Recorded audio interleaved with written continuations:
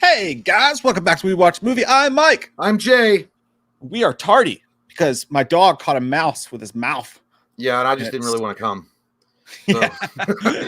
it's like I haven't seen you guys since last year. Someone had to say it. Someone had to get it out of the way, and we've got it out of the way now. Now let's move forward and talk about the resolutions that we're not going to keep. Let's talk about that real quick. Arnold Schwarzenegger had a good point. I listened to his podcast, and he was like, "Start strong. Start in December, and then you don't have to start again in January." Well, I guess that just defeats the purpose of a resolution then. Yeah, if you start a month early, it's not a resolution. I don't know. He's got a point. I was like, hey, there's nothing like though. I don't know why. I don't know what it is about like the mind psyche, like the placebo effect or whatever. But like that January 1st always feels so good.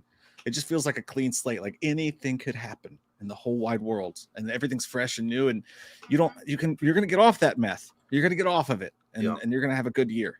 I can finally tell Teddy how I feel about him. I mean, I can learn how to paint. Yeah, it's not just boy dinner. Paint his stick. Saltburn. What? Boy dinner. Have you heard about Saltburn, by the way? The movie Saltburn? No, yeah, it sounded pretty good. It sounded like the male version of Cruel Intentions mixed with Single White Female. Yeah, it's all I know is that there's a scene where Barry Keoghan walks up to a tub, and I've seen the still shots from it, and there's a tub, and the dude that he's obsessed with or whatever, his his man juices are in the drain of the bathtub, and he apparently gets on his hands and knees and licks it up. Oh, and like rubs his face in it. How's the pale ale, Stifler? Boy dinner. Pale ale. Fuck you. Well, here's the thing about that movie. I actually read about. I was going to rent it because it actually sounded like I think Cruel Intentions is a good fucking movie. It sounds like your kind of movie. Yeah, it sounds exactly like a little bottle of wine, some candles going, and like touch myself with a rope. No, but it did remind me of something like Cruel Intentions, which I did enjoy that movie because he's a manipulative asshole. Like that's the whole point. Like he does like the guy that he's going to college with, and he wants to fuck him, but he also wants to be him. So it's more like a sociopathic obsession, like Single White Female too. And then he also has sex with women. And then I'm not going to ruin the movie because I read the whole thing. Of course thing. You did. Spoil yourself. No, it's not a horror movie. Well, the whole thing. It was a review, so I was like, I don't know if I want to watch it. At the end of the movie, he said that was the most uncomfortable. Like even him drinking cum water. Apparently to him, the most uncomfortable scene in the movie was at the very end where he derobes and his whole dick is out and everything. He's walking around on the balcony. He's like, behold my wiener. Yeah, and apparently that's his real dinghy too. It's not a prosthetic. I don't know if it's big or not. I don't know. It might just be a normal size. Apparently it's huge. Because I mean, yeah, dude, you don't see dudes with that's actually not true. Viggo Mortensen had his tiny wang flying around everywhere at the end of Eastern Promises. He gets in a fight in a Turkish bathhouse, butt naked, and has this like legs wrapped around a dude's neck and like all this stuff, and he's just out there. I gotta respect it, Yeah. Some prima donnas would be like, you got to CGI that up a little bit, make it a little bit bigger schlong. Yeah, I'm a grower, not a shower, so you won't ever see me with my dinghy out in a movie. Not that anyone would ever ask, but not unless it's a full-on scene. And then if it was like $100,000, if it was $100,000, you just pull your dick out, and they're like, it's only for like a minute. Like, okay. Yeah, but that it's on picture forever. Well, yeah, but I was like, I get to have $100,000. I'll just do that. Fuck it. Yeah. I mean, I was like, I have a small wiener, but I was on a big movie, and I have $100,000. In my pocket. Yeah, as long as you get me, hard first, I'll do it. I'm not showing the flaccid version. It's like I need after. What are they? I need a fluffer. Can I have a fluffer come in just to keep it like nice in between shots? Can you call Jay? Have him come over for me. He's the only one who can get it. He's got to talk to it. Rub it out. He knows what to say. The password is New England clam chowder. Ooh, that's just what your butthole smells like. Like Black Beauty. You got to whisper to it. So we got a good show for y'all tonight. We're going to be talking about some 1990 top 10 movies from Mike and I, what we consider top 10s. But, it's not good. It's genreless, okay? We're not about labels around here, okay? We're not. Don't you dare assume my genre. But I will say, by the way, it was hard as fuck, and I'm not talking about dicks right now, but it was extremely hard. There's a lot of good movies that came out in 1990. A lot. I actually was shocked because I was like, oh, there was only a few. No, there was quite a bit. It's going to be a tough one. It's going to be a tough one for sure. I have a lot of great, I'd say honestly, but like, again, when it comes to this list, it's the top 10 movies of the year 1990, the singular year 1990. I would say honestly, like critically acclaimed version wise, the way everybody else would see it, my 10 honorable mentions would probably be, those are probably better movies than my actual top 10, but it's my top 10. There are many like it, but this one is mine. I didn't even put any honorable mentions in it. I was like, I don't even want to put. You went hard. I was like, yeah, I'm. If I do that, then I'll always second guess myself. If I'll see it in the box, but now I'll have to switch this out. It's like a fucking puzzle piece that'll never fit. That's fair. I'm going to start an OnlyFans because apparently people in the chat want to see it. They want to see our dinghies, and we can play swords with them too. We can play swords with them if you want. There's a lot of people getting rich off shit like that, so why not? Yeah, we could paint them blue, or we could paint them red and green and do like lightsaber fights. We can be like that one. What was that one chick that went to the gym with painted on pants, and then she's trying to act like excusable because she said a dude did it, and then she's like doubling down, and she's a fucking idiot, and everybody's roasting her ass. Yeah, I think she. Well, no, she's on Kick, but I guess somebody said that she has an OnlyFans. Like, take your broke ass back to OnlyFans. Yeah, that stuff's crazy. And Twitch now, you can apparently, what's the rule that like you can get naked on Twitch now as long as you have black bars covering your dick? I think they relaxed some of it. Yeah, I don't know what they did. I mean, I don't know. Hella, get out of there. Come here. Go. Now she's obsessed with that corner of the house because she found a mouse over there. Dude, I wish. Yeah, I have it in mice before. Like my dogs just look at it. Like it can literally just run up and like cook them dinner, and they'd be like, "Ah, fuck, it's almost." Appreciate it. Yes. Okay. Dude, I feel so bad killing mice. Like I let them go on for far too long in the winter because I feel so terrible killing them. Like there's no worse feeling than I fucking hate them. I can't stand them. I don't want to kill anything. So cute. Like, no, they're not, dude. They carry diseases and shit. I fucking hate those things. So but I like I remember one that dude, it was the way like it literally out of a movie. It was like last year or year before.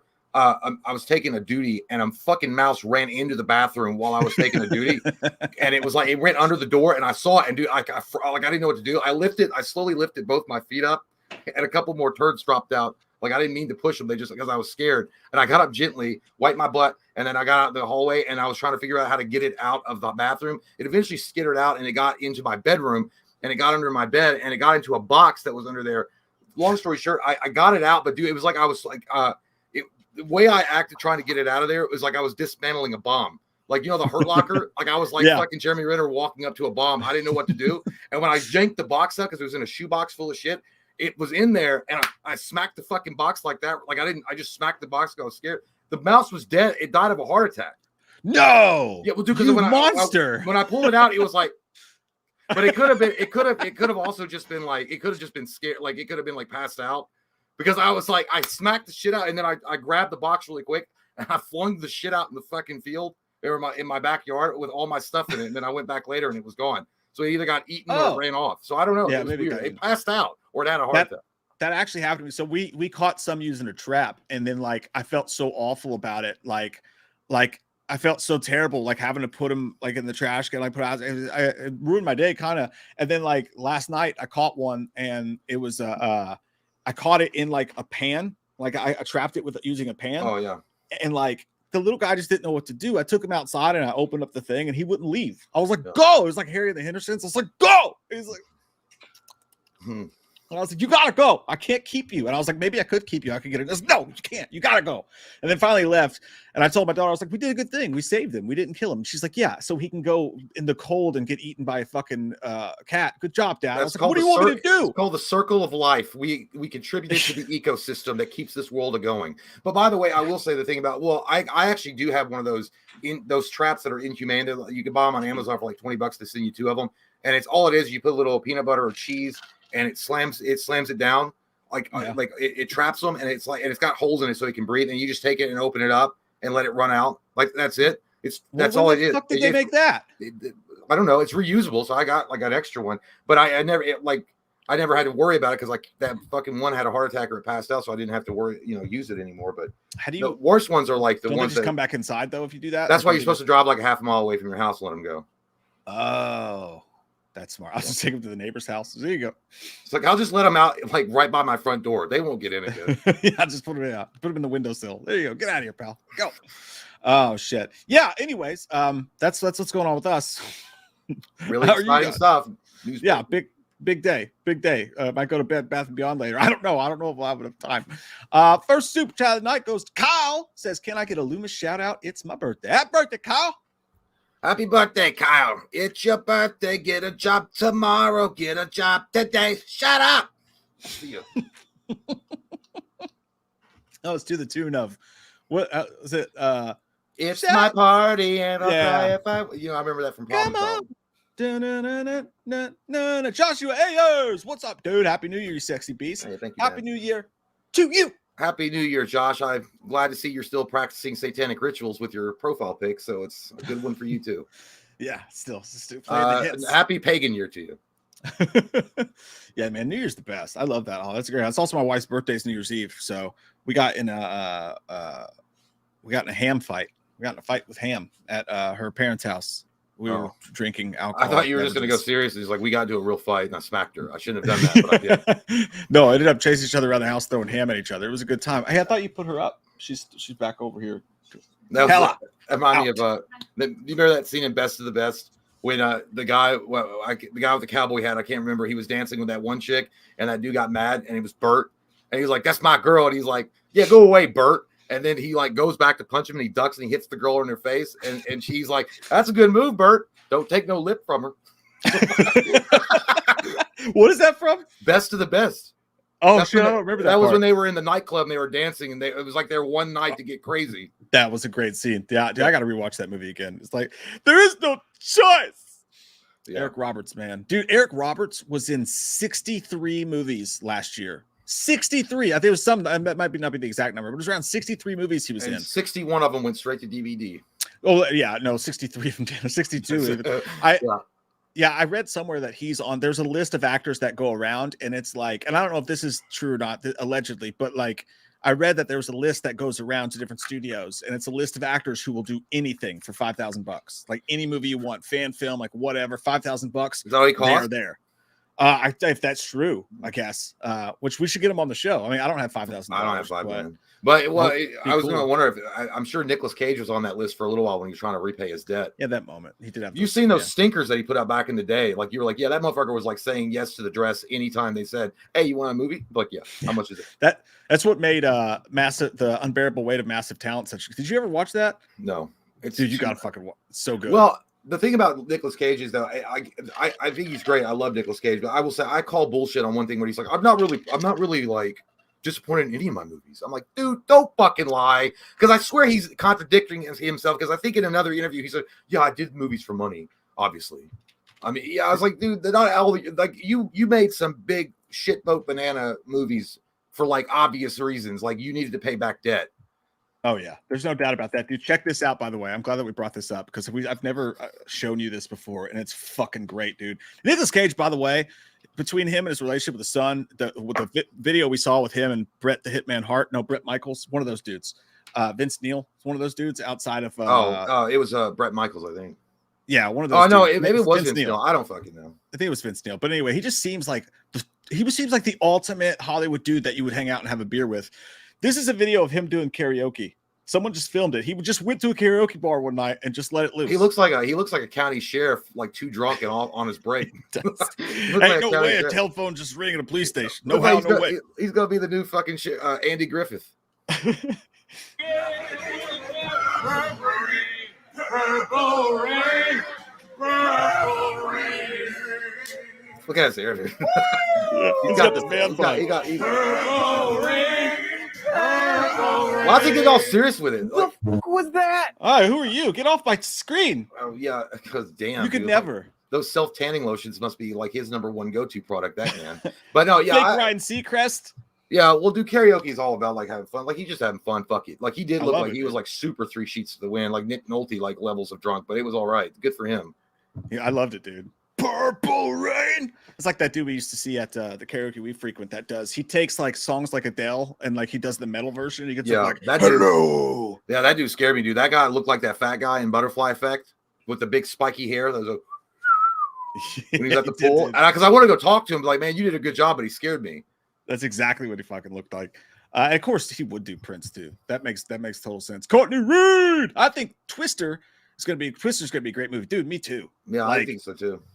The dude came out about that and he said it's not a reboot. It's not tied to the original in any way. He's like, it's just its own thing. It's its own separate thing. And he said he took the movie because of what Tom Cruise told him. He's like, you want to pick movies that resonate worldwide with it's not just America. You want to pick movies that resonate with the world if you want to do a hit. So he did Twisters, which, dude, I think it will be a hit. And like everybody has tornadoes. Well, it's been a long time since we've even seen a movie based around a tornado disaster. So that's be cool to see. Yeah, I can't wait for it. It's on our top 10 most anticipated. of the year. Courtney, you fucking beefcake. And to be fair, Twisters, I was gonna say that's a great home game. Everyone that's such a wonderful game that we all play at sleepovers and things like that. So I thought that Courtney was talking about Twisters is going to be a great game.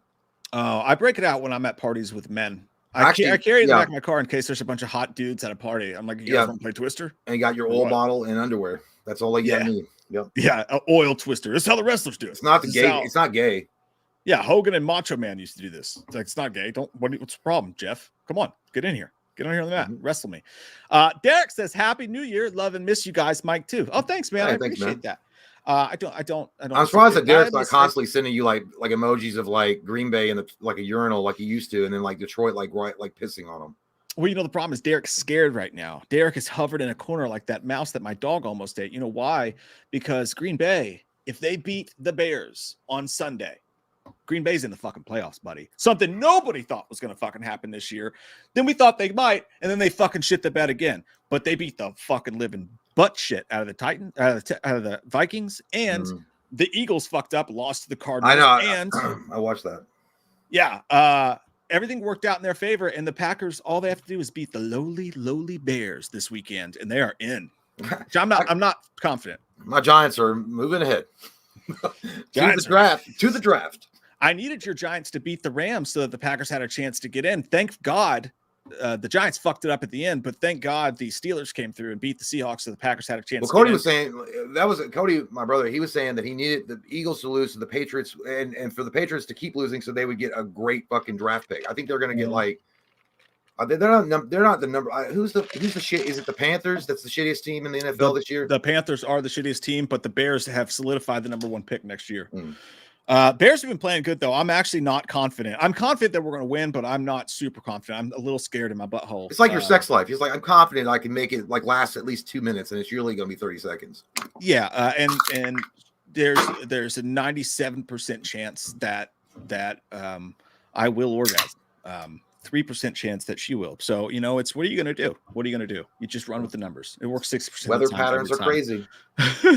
That's not true. I have way better stats than that. Ask your mom. Rootin' Tootin' Texas Tootin' says, got a goddamn speeding ticket today. Lawman was a decent fella. Thought my shine was a jug of water. Yeah, now, that boy was that lawman that pulled you over Rootin' Tootin'. His name's Walker, Texas goddamn Ranger. Yeah. You're lucky that's all you got's a goddamn speeding ticket because he could have pulled your goddamn tooth out, ate it, and then spit it back in your face like a bullet. Don't you be robbing drunk there, Rootin' Tootin'. Do the old, hey, taillight's broken. No, it's not. And he smashes. Did you ever watch any of those? Your wiener. What? Walker. Did you ever watch Walker? I saw a couple episodes. Not my thing, but I couldn't. It was just over the top cringy for me. Dude, I'm reading. I used to love MacGyver back in the day. MacGyver was fucking awesome, dude. But there was something about Walker. It was trying to be MacGyver, and not really, but it was kind of like I just couldn't. I don't know. Dude, Chuck Norris is great and everything, but it's like him on a TV show, and it was just like family moral values at the end. I don't know, like it's just like it's like Bob Saget at the end of America's Funniest Home Videos. No, Full House. Bob Saget at the end of Full House. There's always a but that show was meant to be like that. That was fine. Yeah. That was okay. I'm reading a book right now about old action heroes, and Chuck Norris has a passage in there, and it's about, I didn't know this, but when he was filming Mission in Action or one of those movies, he was such a cheap set because he worked with Canon Films. He's like, there was a scene where his character is tied to a chair and he's being tortured. And this is way before, obviously, all the Chuck Norris jokes. They put a live rat, like a gigantic rat, in a bag, and then they put it over his head in the movie. And in the script, the rat dies because while he's in there with it, he eats the rat instead of the rat fucking him up. And they get ready to do the scene, and Chuck Norris is like, where's the fake rat? And the director's like, I don't know. So they had to use a real rat. And he's like, so they put an already dead rat in there. And he's like, I had to bite into it. And then they put fake blood coming out of my mouth. He's like, my wife wouldn't kiss me for like 6 months after that because she was afraid I had like Ebola. Oh, is that the excuse that she made? Chuck Norris, I thought it was all those. Yeah, I love Chuck Norris, dude. Chuck Norris has also got an amazing beard, and he's maintained it for years. Good for him. Yeah. It's wild because like he says he has all these virtues and stuff like that, and he's a super religious person and all this stuff like that. But in every single one of his movies, he's always shirtless and banging chicks and like feeding them fruit and shit like that. God didn't say you can't look good and fuck girls. I mean, he never said that in the Bible. I mean, kinda out of wedlock. I mean, not really. I mean, is that not in the? I thought that was the thing. No, you can have lots of wives. You just got to be married to all of them. Is that Mormon? I don't fucking know. Like there was an old version. There was like the Old Testament and the New Testament, and then shit got blurry. I don't know. I was like, which one are you following? Which one I'm following depends on the mood that I'm in today. Wrath of God shit, or I'm like turn the other cheek.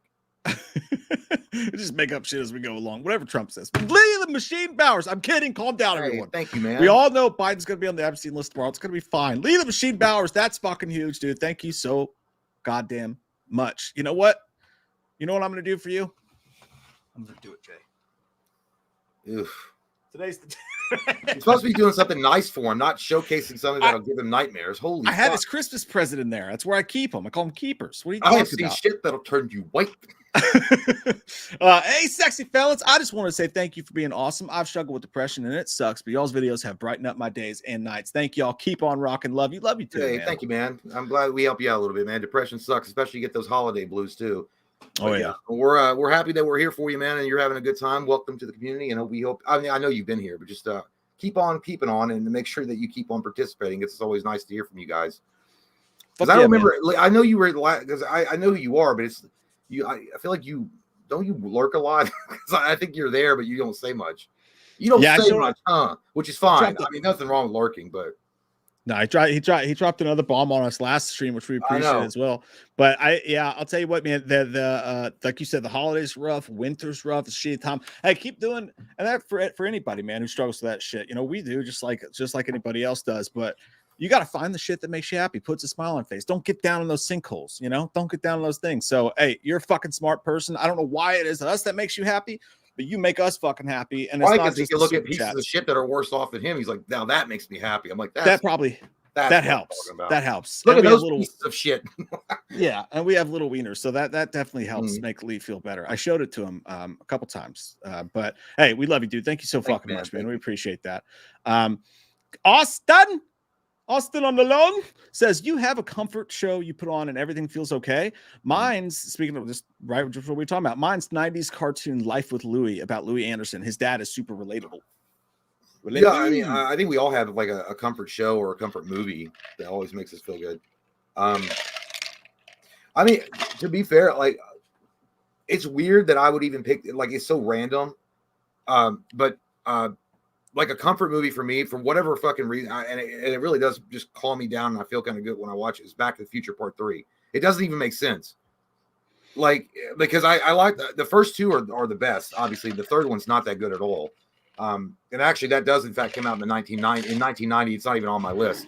But if for some reason I think I remember renting that movie a lot when I was a kid, and I don't know, it evokes like good feelings. Like I remember like renting that movie and watching it, and then playing like fucking Super Star Wars on the Super Nintendo or something.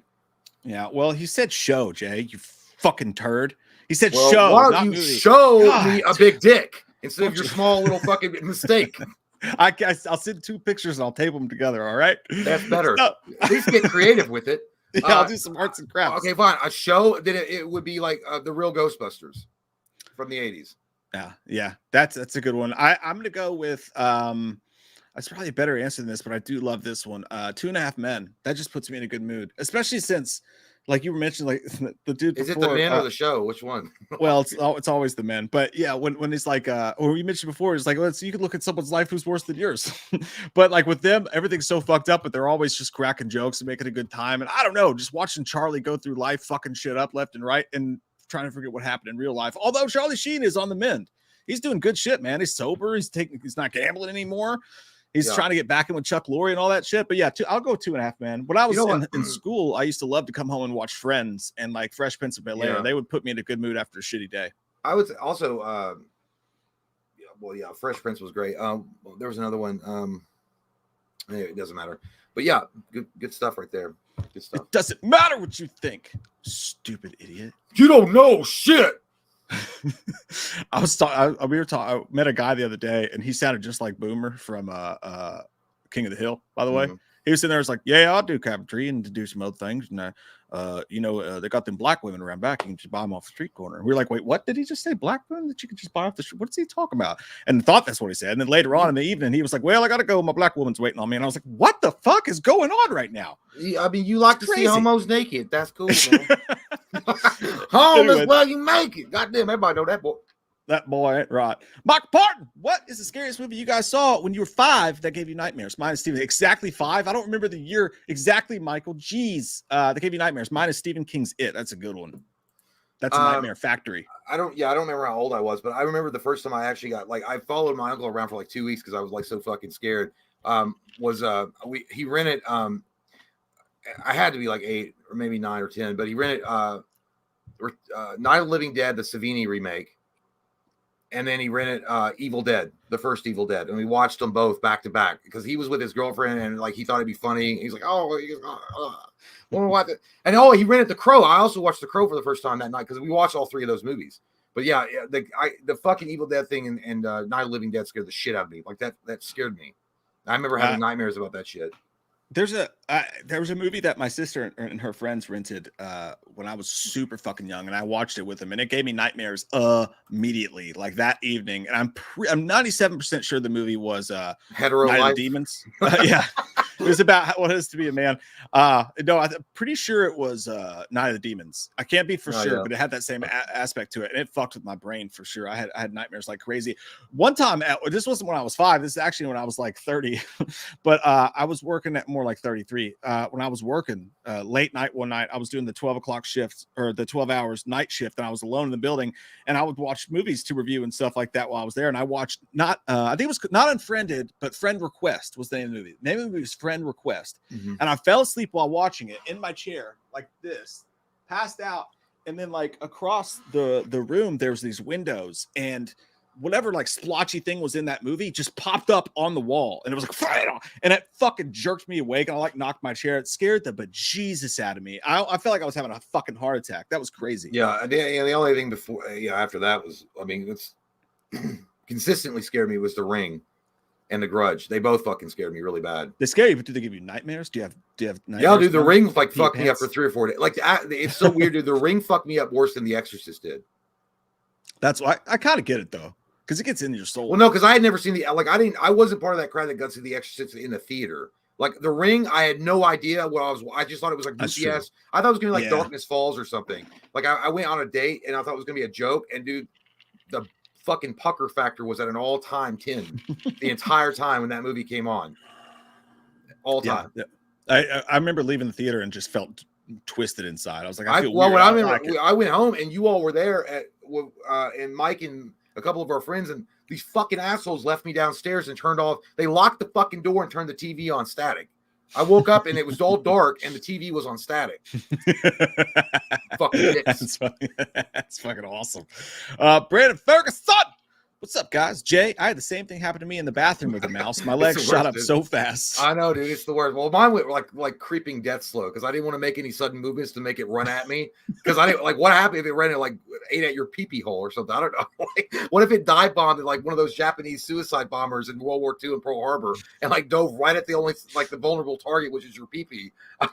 I went real slow, and then I was like, no, I got to get up real slow and wipe my ass like a fucking robot running low on batteries. It was like. It was yeah, dude, but it's the worst. And because there was no way it was like a horror movie, like it was like a jump scare, like a James Wan fucking Planet jump scare. Because I was looking around, and I was like, and it was like, and it like, it's so fucking gross, dude. They flatten their fucking bodies and can get into a crack, much like guys in prison. But it was scary. No, that's not gross. That's just attractive. Kyle says, watch Poor Things today. Weird as fuck in a good way. Yeah, I kind of want to check that out, man. It looks weird. Should I hear? Why are you watching My Life, Kyle? All right, it's not weird. It's part of the American life right now. Bidenomics. Bidenomics. Subscribe. Yeah, dude, that movie looks fucked up and wild. Lots of sex scenes apparently in that one. Sean Higginbotham. Thanks, buddy. He says, howdy, fellas. I have a Mike Mulroney Dermot Mulroney awkward story too. Jay Muse. It went as you would expect, awkward as fuck. I ran out and yelled, Jay! He gave me a look and went where I needed to go back to. Yeah, I see what you're saying. Yeah. When I saw Dermot Mulroney, I literally went, Dermot! Yeah. It was awkward. That guy looked at us in the fucking car, and I could tell that he was smiling while he was looking at us. Like, I remember when I was Losers and I used to hang out trying to meet my celebrities. Yeah. Because he was in the van and he was like looking, and I was looking down and we were smoking, and he was like I felt like he was in a nostalgic moment. He was fiddling with something, like a car compartment up here, and he was like looking at us and smiling and talking to somebody else and smiling. I'm pretty sure he was just getting coke out on his hand. 100%. Yeah, it was either that or he was getting ready to smoke some fucking THC wax. Yeah, the hookers. By the way, I didn't know anything about THC wax. I am subscribed to every goddamn body footage police thing that you can like think of on YouTube, and I watch all the videos. Speaking of things not to watch if you don't want to get depressed, Jay's internet. I like watching other people's misery, not mine. But I was like, well, good for you. No, it's like an escape. It's like I can live vicariously like through breaking the law and just see what would happen.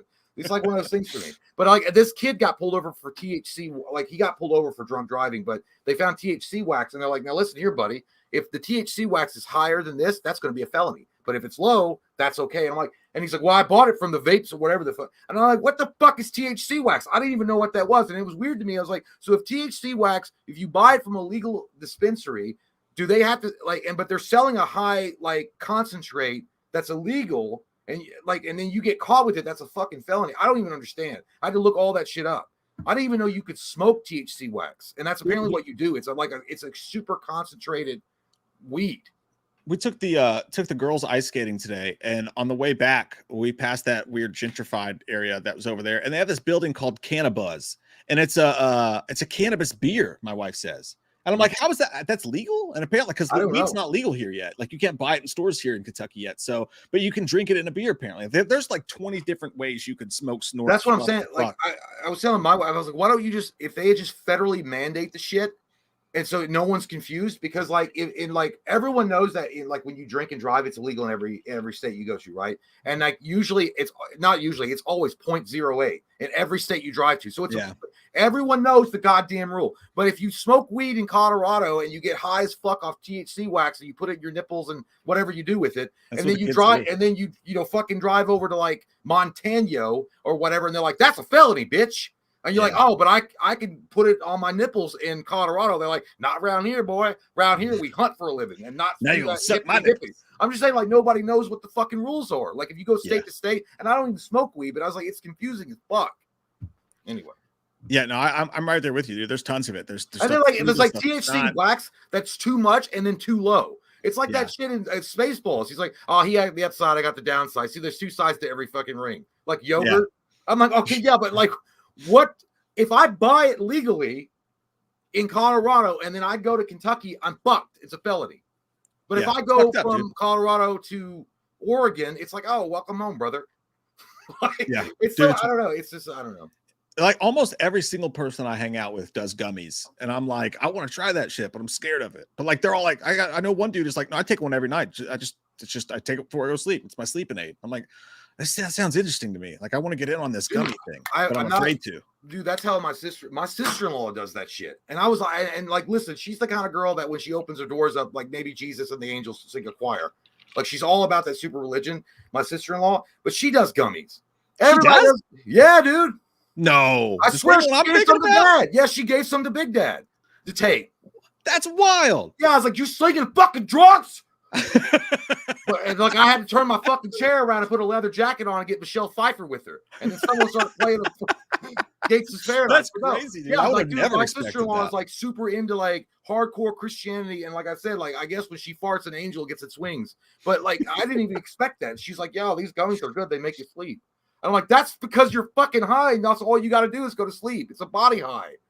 God damn! I gotta get me some fucking gummies. That's it. I can't have that. I'm going to Illinois. We're going to Illinois and we're buying gummies. We have someone who will give us some gummies. I'm gonna take some. Yeah, like could you? I can't say, but yeah, dude, like for real, like they brought like it was such a fucking high school like illegal tray. It was in a little Ziploc bag, all curled up. You know how like people in high school used to wrap it up and like, hey, I got you gummies here. And then I was like, Dad, you should take a full one. And then she was like, stop it. And I was being like, because they told him to take like half of it, and I was like, I literally didn't know what the effects would be if he took a full one. I was like, yeah, it's like it felt like I was walking on fucking sponges. You got to put it in your butt, Dad. Yeah, you got to take one and shove it in your butt. Let it melt. Yeah, let the high fructose get down there. Oh shit! Sean Higginbotham also says, "Mike, your eyes shine bright like a Jesus nightlight." Oh, that's a Eve 6 lyric. Oh, I was like, Sean, is that how he got your wife? Oh, your eyesight bright. like Jesus. Night, light. Wild Willie says, lost in the championship, but had so much fun this year. Too bad y'all don't do baseball too. Where can I request a movie for you guys to review on Patreon? I sent you a message, buddy, on the Patreon about how that works. You just send it to the Patreon messages. It's all you got to do. It's all you got to do. If you're in that tier, you got to be in the tier for the Patreon review requestikins. But I will say this. Yeah, I'm getting ready to make a post. I messed up somehow when I did the Patreon fantasy football leagues. I had 3 of them built for the championship to be last weekend, but there's one championship that for some reason isn't until this Sunday. So after that, I'm gonna make a big post. We're gonna celebrate everybody who won, all the people who got close. I got butt fucked up City Ranch. I'm in that money league I told you about. It's like $300 on the line. Fucking goddamn Christian McCaffrey gets hurt. The guy's kicker scores like 22 points. I got fucked left, right, and Sunday. Well, that's because it was laces out. Fucking Ray Finkel did it again. I got butt fucked. Well, maybe in the Patreon. Well, no, I don't even know if that'd be like. I don't know how legal. I mean, what if everybody put $5 in and like you won like a pot at the end, and then you could send the winners? But I don't know if that would even, because it's technically gambling. Yeah, it's legal. I just wouldn't want to exclude anybody that, you know what I mean? So I would just do it. Okay, well, you can put a fucking $1 in. Holy shit, it's 4 quarters. Shut up, Jay. God. I'm gonna do the same thing I'm gonna do for the Patreon stream beer chug. The Patreon streams this Saturday night, by the way, for you guys who want to join. This Saturday night, we're sending you back to recovery. We're gonna do weed gummies on Saturday. No, but I am gonna I'm getting a trophy made for the beer chug winner who has the most beer chug wins. So I'll just do a trophy for the fantasy thing too eventually. Yeah, that's what we'll do. That's what By the way, yeah, and I wish I was into baseball, dude, but I can't understand any of it. I don't understand. I mean, RBIs, all the stats, all that shit, what it means. And there's so many games, dude. Like, that's another thing. There's so many. Like, don't you guys like play 167,000 fucking games a year?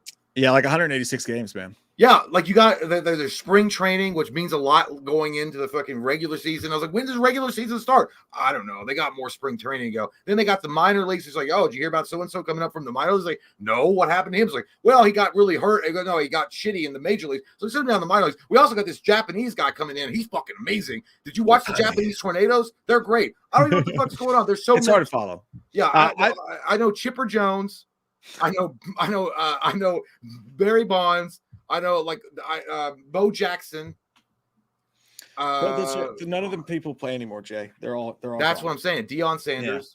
Yeah. But I'll tell you, he coaches the Colorado Buffaloes football. They suck, and he's a douchebag. But I will say this: I follow baseball, but I only follow the Braves. Like, I could give a fuck less about anything but the Braves. I watch like 80% of their games every year, at least have them on in the background. But that's the only team I know anything about. So I would suck at fantasy too, unless I could get Braves players. Matty Ice, Matt Ryan, the Falcons retired quarterback.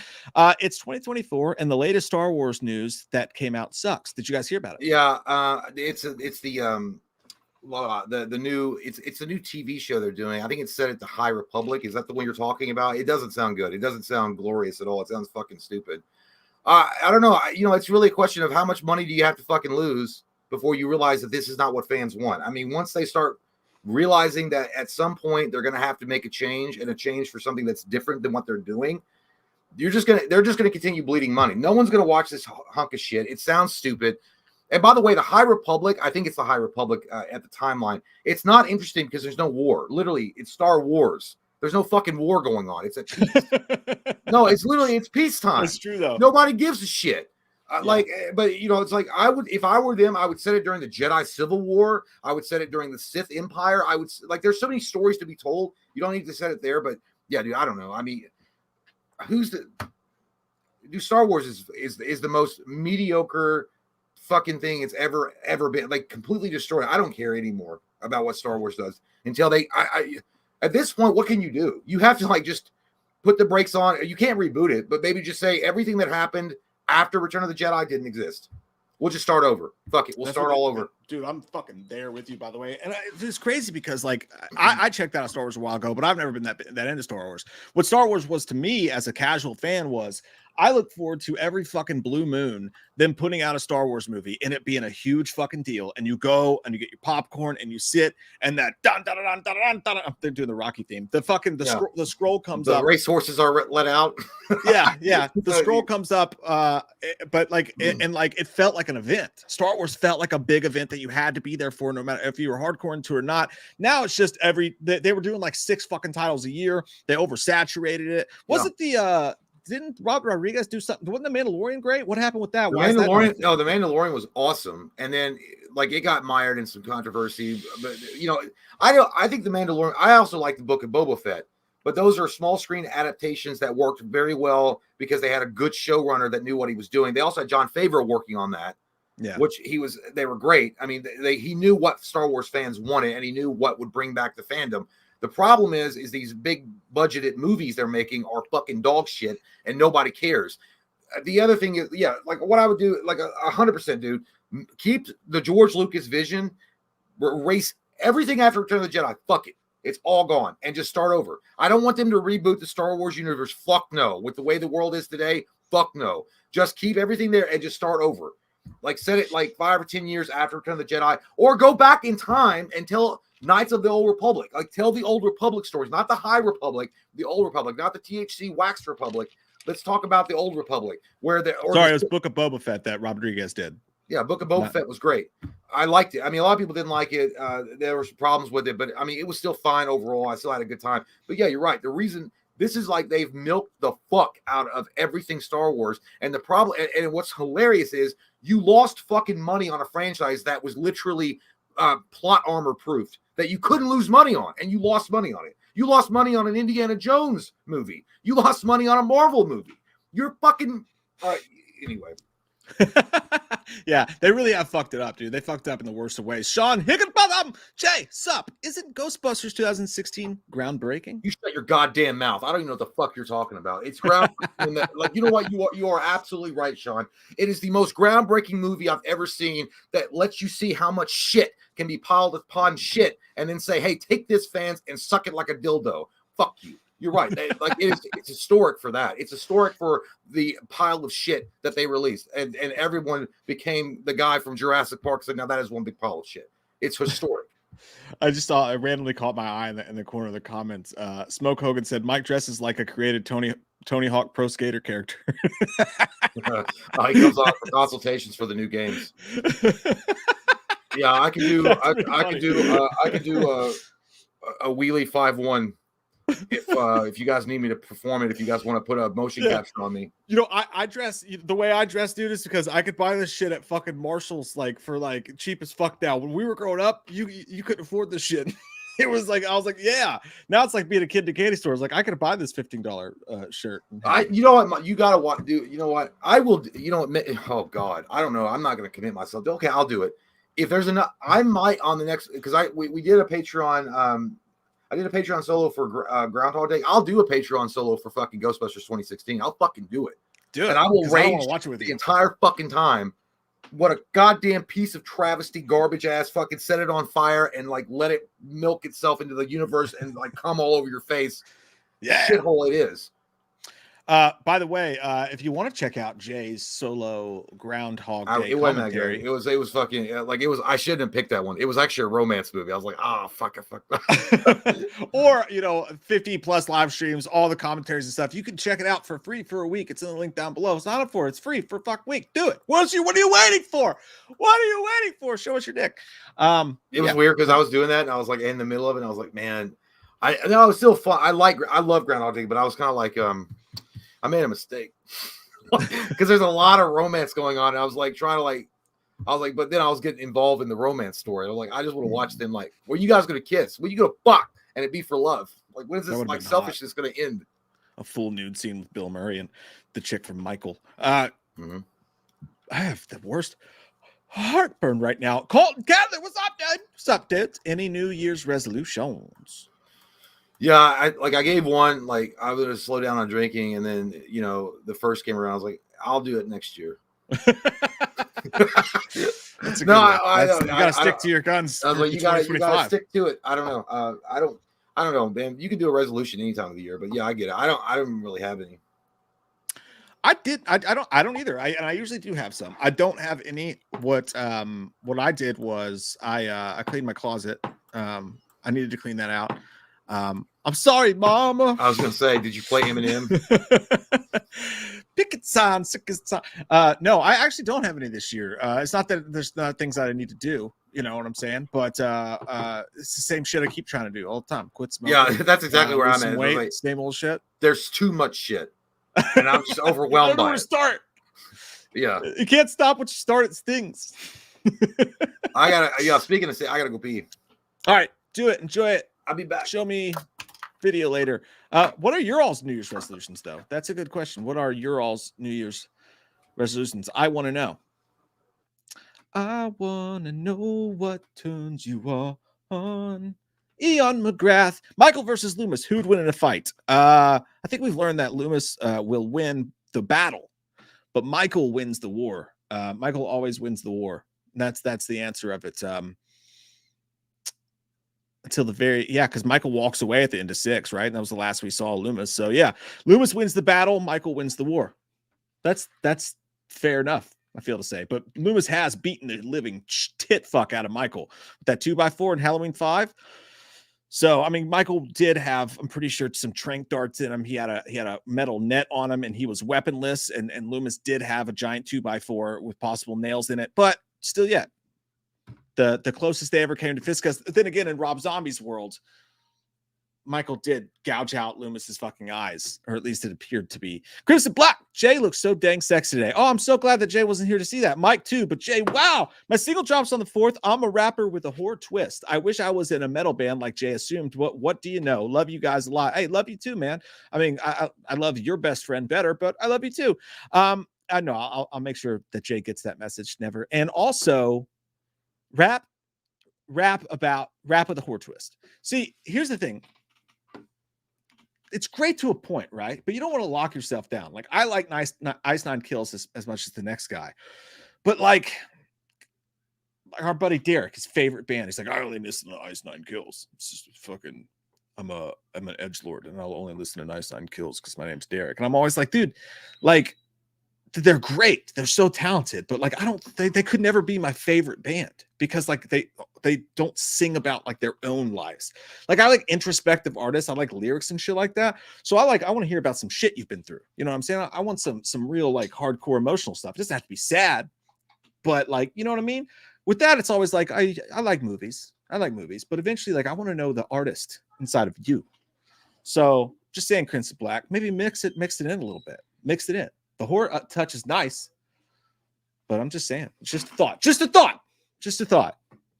Don't take my advice because I've never been a great rapper. I've been known to be a good rapper.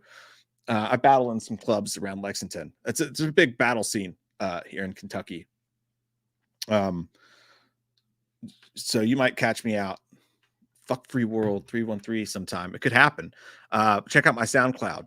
I had a Taco Bell window dude try to give me a SoundCloud once, and I respect the fucking hustle. He was all like, "Hey, here's my SoundCloud, dog." I was like, "Thanks."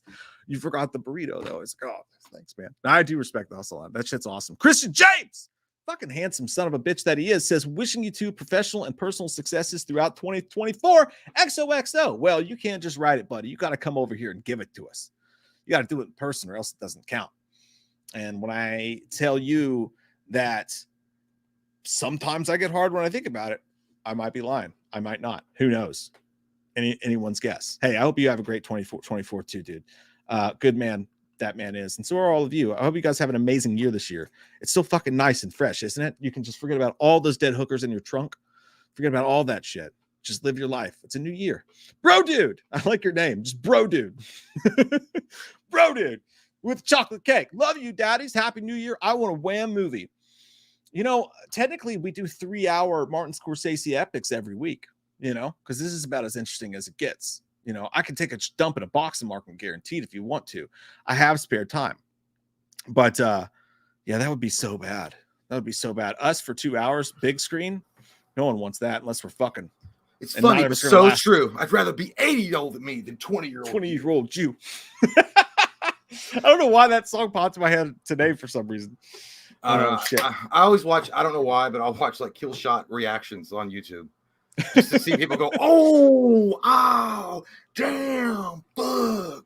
I'll just throw up kill shots just to get me in a mood. Like, now I'm ready to work. Yeah, well, I only watch the ones that are like less than like 8 minutes, because the ones that like go like 24 minutes on a reaction because they want to like break down every lyric like they actually put out fucking platinum records and they know what he's talking about. I'm like, let's go with the lyrical. I'm like, dude, shut the fuck up. While you were gone, Christian James wished us personal and professional successes through 2024. Hey, thank you, Christian, man.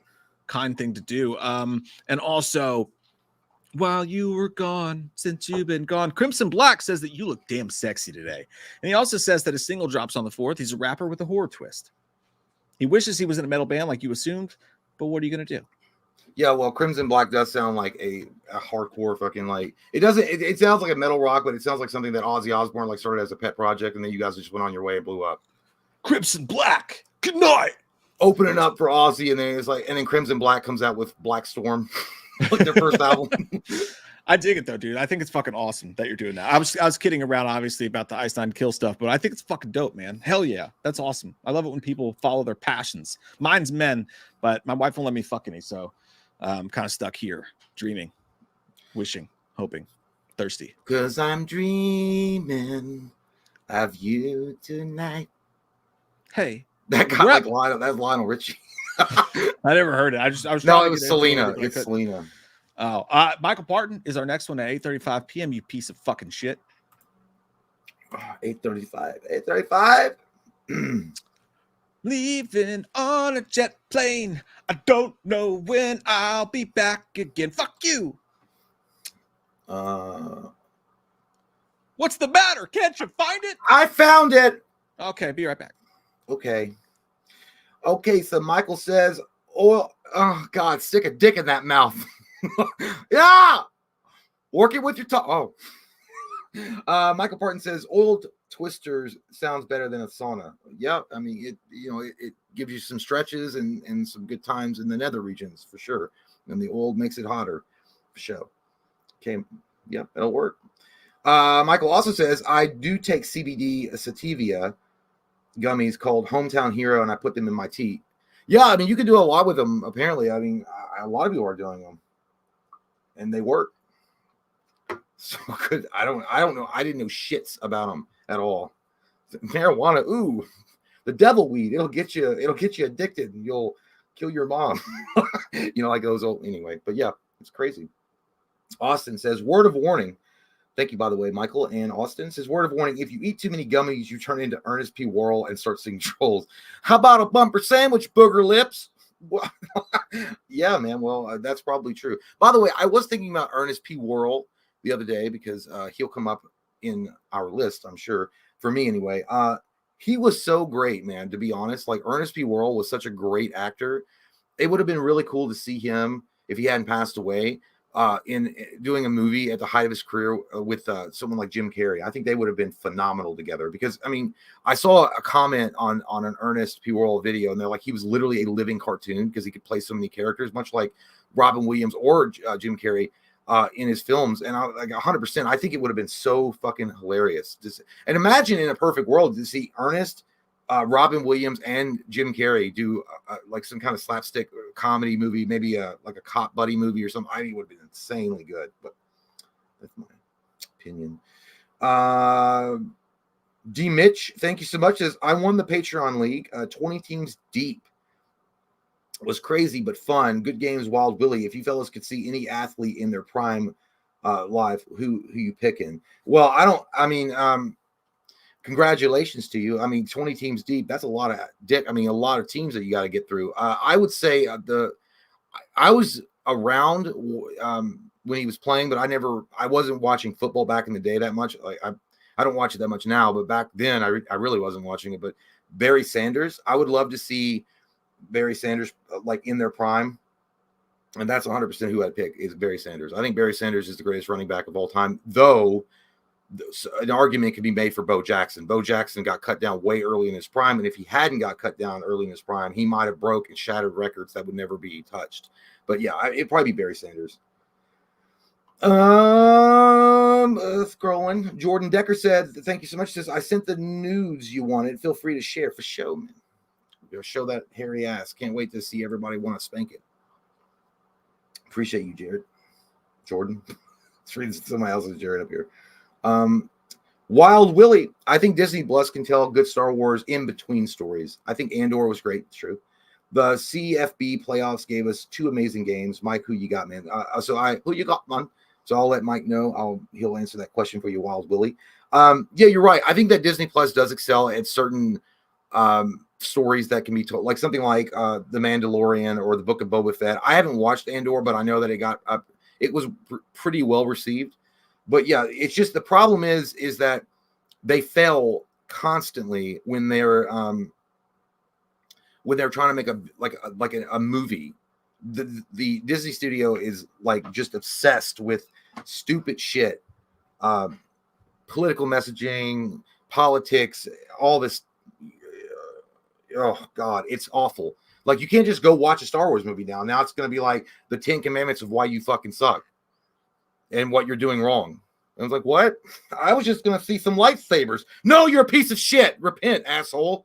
You know what I mean? Anyway, but yeah, hopefully one day they'll get their shit together. And after they lose enough money, they'll be like, we can give like some, maybe we can actually make a good movie for the fans, but who knows? It's so strange. It's so like, and I bitched about this so many times. I just don't understand how you can lose money on something like Star Wars or Indiana Jones or Marvel or comic book. I just don't understand. But when you inject stupid ideologies and you force feed it down people's throats, guess what? There's going to be some backlash, and at some point, you're going to have to realize nobody's there to be preached at.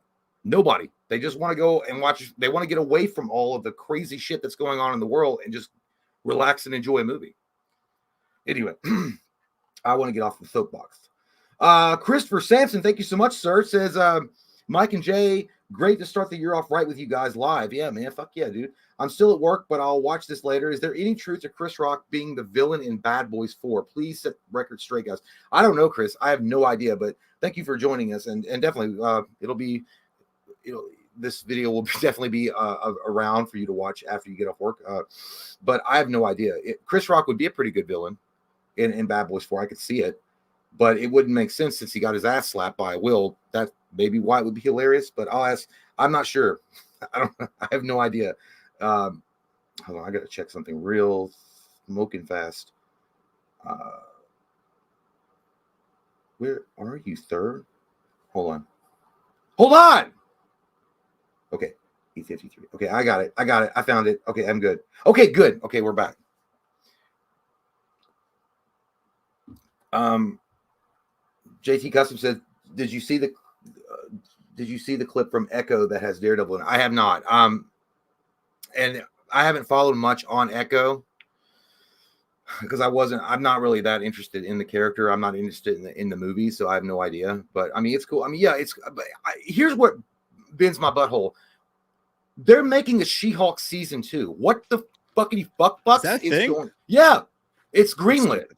I mean, it's like being a captain of the Titanic and be like, hey, we got leaks everywhere. We hit a fucking iceberg. Put some duct tape on it. It's fine.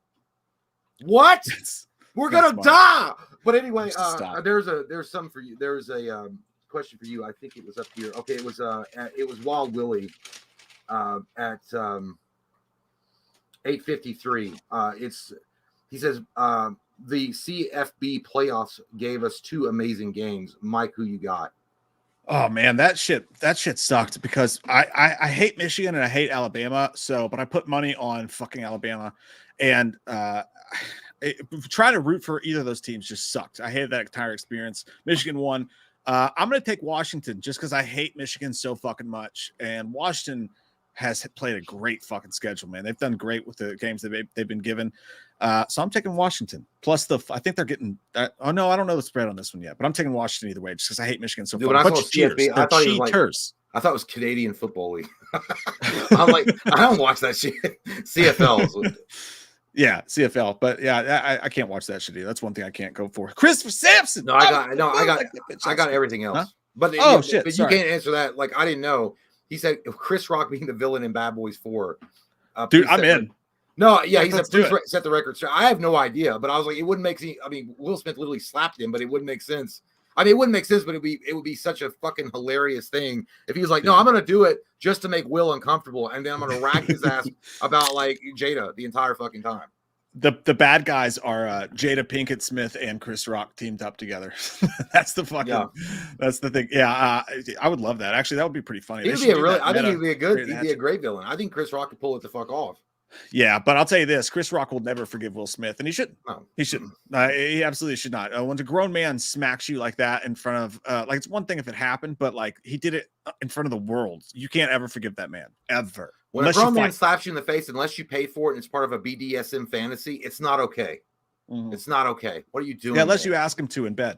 Yeah, that's fine. Slap my ass in my face. What? Oh, the line's 4.5 Michigan. Perfect. That's what I like. That's what I want. Let's rank the 1990s. I gotta pull up the sheet here. Oh yeah, Sim Demois. Fuck your big butt. That's a song I wrote about fucking a big butt. It sounds great. I can't wait to listen to it. It's gonna be on my SoundCloud tomorrow. It's gonna be on the new Lethal Weapon remake soundtrack.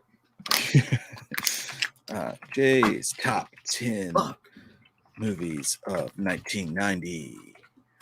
Typing while talking to you. I missed it twice, the trash can. And I was only 5 feet away from it. Okay, there's this one. And sorry, I should have done this beforehand, you guys. My bad. I'm sorry. Okay, here we go. Sharing my screen with you now. Window, entire screen. That one. Yeah. Oh, pardon. Did you see this? This is funny as fuck. Jason Whitlock is this. He's a sports personality that got all culture war and political. So like he just does his own podcast and stuff now. But he shared this screenshot on Twitter, and it was he was like, I'm trying to check the ESPN the standings on ESPN.com, and this ad comes up. This is disgusting. And the ad was oh fuck, what was the ad? It was something like was it a fleshlight? No, it was something dirty about like getting your boyfriend a card for like sexy butt loving. Was it the HIV like rule number or whatever, like where they're trying to like get awareness about that new drug that's out? No, it was like a hang on, I'll find it and I'll tell you. I wish I remembered before I started talking about this. Here it is. The ad was, it says the ad was, deep inside of me is a great way to spend your birthday. Cards for your boyfriend for the Christmas holiday or whatever. And he's complaining. He was like, it's disgusting that ESPN would have these ads pop up. There's children that use this site. And everybody on the internet was like, dude, those ads are aggregated based on your search history. You fucking idiot. So that shit just made me laugh so fucking hard. So what? Crazy. I looked up Hershey, Pennsylvania. It doesn't mean I was looking up the Hershey Highway. Yeah, he was trying to be like, Christians don't appreciate this, and they're like, dude, it's based on your fucking search history, dummy. That is true. Like, don't ever be careful. Like, it's the algorithms are whatever you search, they cater to you. Mm-hmm. So if you're searching funky butt loving men that have a hairy chest. You're gonna probably get some weird stuff coming up for your advertisements. People are gonna tell them themselves nationwide too. Guys are gonna be like, "Why do these ads for big black cocks keep popping up in my feed?" And their wives are gonna be like, "Honey, you know those are targeted ads." Well, actually, honey, I'm doing a thesis on big black cocks, so I'm not like actually interested in big black cocks like you think. Well, it's like that DJ that we do. Clocks, we do a DJ at a karaoke place who got arrested for having child porn, and his excuse was, "I was doing research." You know, like that meme where it's like that Larry David. It's like boom, boom, boom, like it says directed by, and it just ends when he said that. He's like, I was doing research. Oh, like you fucking pervert, nasty. Oh my god. Because like, what are you supposed to say? Like he literally was telling us that while we were like standing like 3 feet from him as we were getting ready to sing the song. He's like, yeah, that child stuff, that child pedophile. That's. I was doing research for a book I'm writing, and it's like, okay, you guys are going. Go ahead. Yeah, and I'm gonna be indicted. Oh shit! And yeah, then we did Hanson. No, yeah. that shit was wild, dude. I was like, I'm never talking to that guy again. We're coming back to this establishment. But these are our top 10 movies of the year 1990. They have to be the year 1990, and they can be any genre. Jay, what's your number 10? You piece of fucking shit. Well, we were talking about it earlier. It's going to be Ernest Goes to Jail is my number 10. Really? Yeah, it really is. I no, it's not. Yeah, I think it's spelled Ernest like that, but it might not be. Either way. I love I love the movie. There's something about it that we were talking about comfort shows and comfort movies. There's something about this movie that I always remember watching as a kid and loving everything about it. And it really was a comfort thing for me. Small Dukes. I mean, yeah, because they're easy to, it works it in. It works it in. Appreciate you shouting us out. For sure, Greg. But yeah, so in there, my favorite is Ernest Goes to Camp. Ernest Goes to Camp was the funniest one I remember watching, and Scared Stupid. But Goes to Camp, I remember it never was in. Like always, some motherfucker had checked it out of the video store, so I always had to watch Goes to Jail. But Ernest P. Worrell, dude, like we were talking about this earlier, dude. Imagine this, dude. Like him, Jim Carrey in his prime, and Robin Williams all doing a movie together. It would have been phenomenal. Because like I read a comment, they were like, he's like a living cartoon. Like he really was. Ernest P. Worrell was a living cartoon. I remember this movie though, like where he like dressed up as the old lady, and he's like, "Does your mother know that you treat someone so disrespectfully? Now let's be. My car is overheating as it is." And then the bowling chains fall out of his because as his tits, and he's like, "The doctor said I would only need to wear them after the surgery." And then he's like, and then the movie's obviously a classic. He's like, "I came, I saw, I got blowed up." Yeah, dude, that's what we had like those big hoses on it, right? And he was like smoking a cigarette. Yeah, and had no, he wasn't. No, he was just. No, he wasn't. He was just like he was trying to get out of jail, and he like dressed up as an old woman with like a neck brace. And then the guy at the guard was like, "Ma'am, I don't even know how you got back here." He's like, "Does your?" He goes, "My son. I was visiting my son back here. And even the most bad seed can fall from the most delicate flower." I thought it was great, dude. I loved Ernest P. Worrell.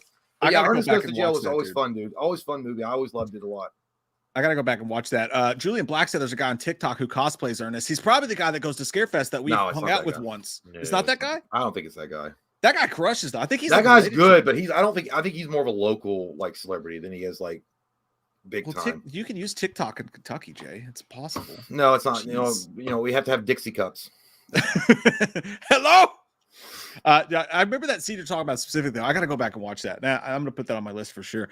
My number 10 is going to be, we're going to start it off with the horror taste in the mouth. It's going to be The Exorcist Part 3. Oh, gotcha. Yes. A movie I did not watch in the 90s. I watched this movie for the first time like 10 years ago or something like that, dude.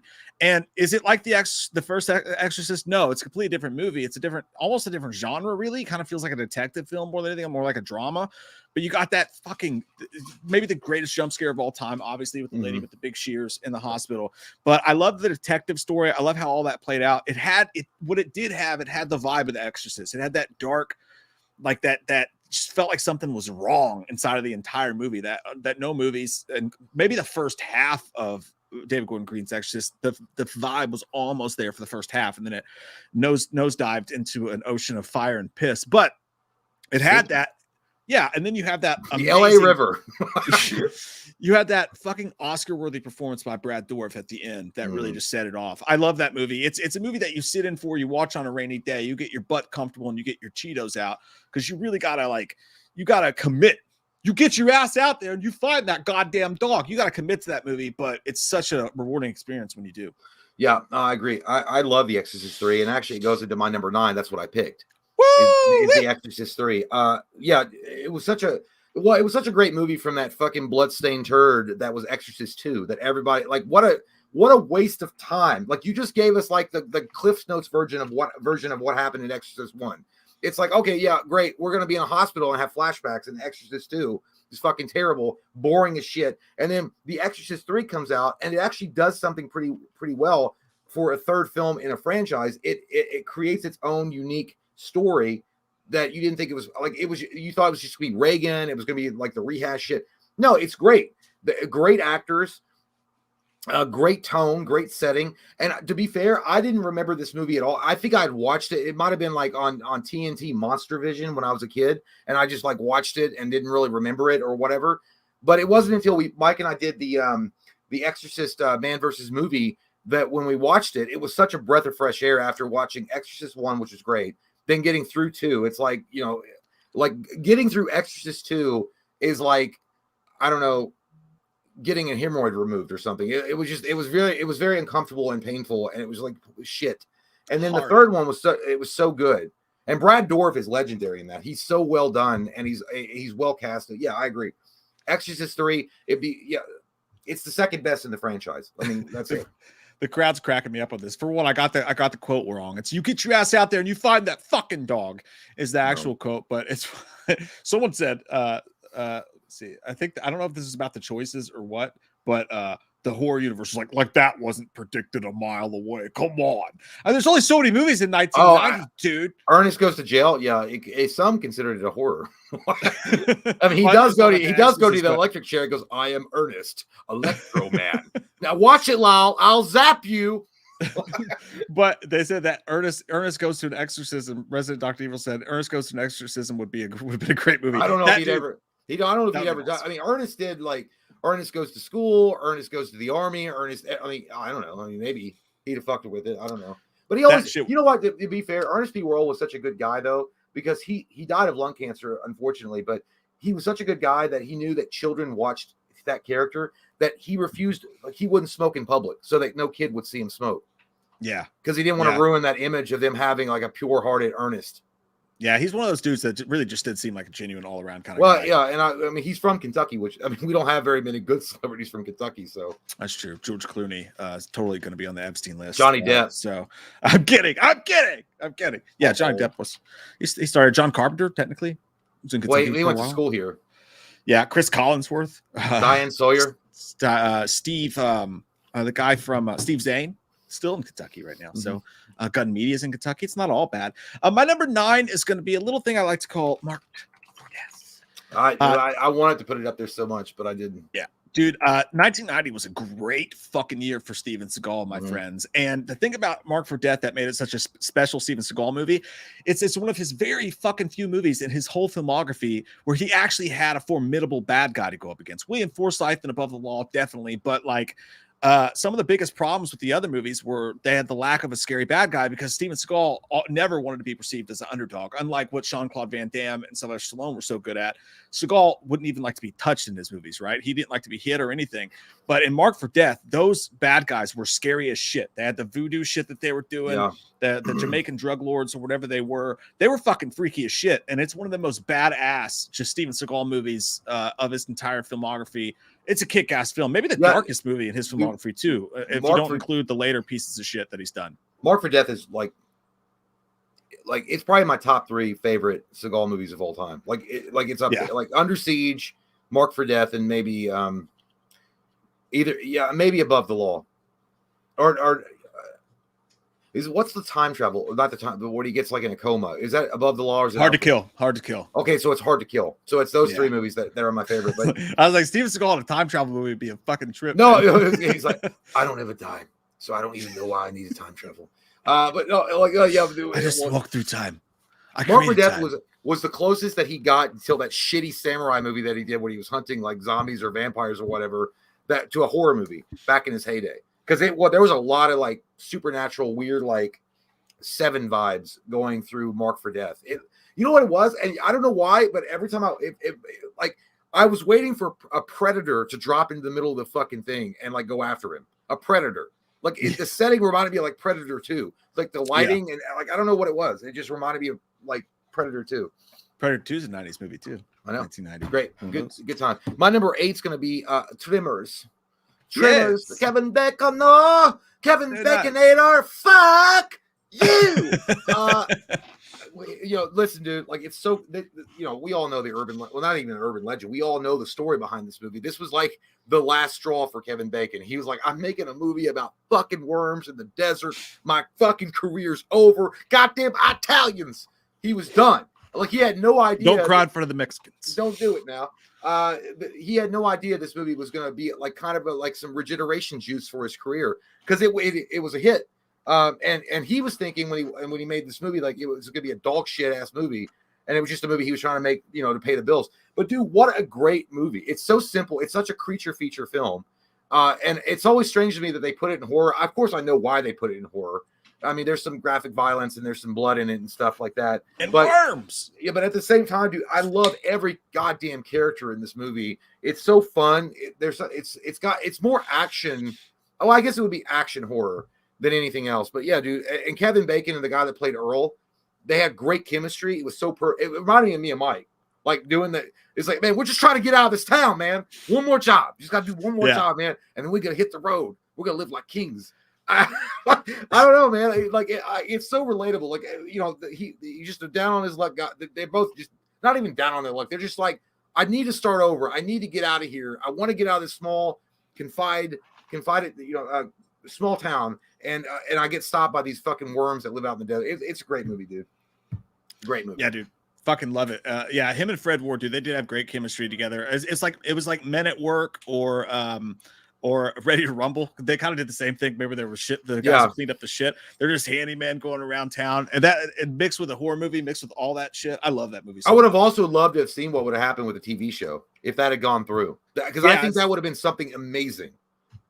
It's one of those franchises that they never got Ward and Bacon back at the same time, and I think it would have been magic if they would have. Well, and to be fair, Ward was the only one willing to keep going because he did Tremors 2, Tremors 3, I think, and then the guy that did Burt, he came back for a few of them. Yeah, a bunch of them. And now they're doing with like Jamie Kennedy and shit. Like they're still doing it, which that speaks to how classic that franchise was or ever. But as the good one, my number 8 is going to be. I feel like this one's going to be on your list, but probably much higher. RoboCop 2, The Cockening. The Cockening. It was such a good movie. I almost burst at the seams watching it. Yeah, there's a regular cock is fine, but a RoboCop, it's a cybernetic organism. It feels like flesh, but it has the capabilities of a robot. I'm sorry, RoboCop 2 is going to be my number 8. Probably low on the list for some, but Kane. Quite low. Fucking this movie is fucking funny as shit, dude. An underrated comedy. When he starts to spaz out and figure out, is it the mood lovely tonight, Lois? Like that shit. I love it, dude. It's so entertaining when he goes in and he faces off against the kids, all that shit. But it still had the weight of the first movie. I felt like I find RoboCop 2 to be really it's kind of like Ghostbusters to Ghostbusters 2. Like the comedy factor was upped a little bit, except for Ghostbusters wasn't as dark as the original RoboCop. So I don't know how you want to put that, but yeah, it's one of the best sequels of all time, in my opinion. I'm not going to spoil it, but RoboCop 2 to me is it's on my list for sure. But it's I imagined. I love the way he looked in this one. They went more of a cobalt blue. I love that. I think to me that's the version of RoboCop that I always remember, like the bluish. Of his armor, nice blue, and they did some great stuff. And it was like Great Eyes Murphy's like the best that money can buy, and then he's like, he goes, "What's bugging you, Murph?" Like Kane's bugging me. I loved. There was a lot more memorable moments in this, in my opinion, than even RoboCop 1, because he became a full blown superhero when even when the cops were striking, he was like, and he electrocutes himself, and he's like, "Are we cops?" I love to do that. Yeah, it's Kane was a much better bad guy. Like he was a lot more in your face, and then he became he became this fucking dude at the end of the movie. Like it was like, and it was a true battle for RoboCop. RoboCop 1 was definitely more emotional because he had to deal with the fact that now he's a man and a machine. Does he have a soul anymore? His family? Does he love? This was more of like over the top action, adventure, sci-fi stuff, but. Jordan said, "You're reading Miranda to a corpse." And then he goes like this, "I'm having trouble." And then he gets out of his car and he shoots that guy. He's like, "Thank you for not smoking." That's the kind of shit like when you're in an interview or a really awkward moment and you fuck up and someone's like, "Have a nice flight," and you're like, "You too." Like, I'm having trouble. I'm having a fucking stroke. You're a rotten cop, Officer Duffy. Yeah, there's actually one scene that made me fucking like get scared as a kid. When he slices open Officer Duffy's belly, and that girl was like, "You said you were just gonna scare him," and he's like, "He looks pretty scared to me." I was like, "Fuck, man, that's scary." It's gnarly, man. I know, yeah, dude. I can't wait to play that game. I still haven't got to play it yet. I got to download it and play it. I'm excited for it. I got you the Alex Murphy edition, so you can dress as RoboCop too. That's what I do when in my midnight sexy my number time 7 too. is going to be Flatliners. One with Kiefer Sutherland. You also have Kevin Bacon. My name is Jay, and I love dinghies in my butt. And why not? Because that feels good.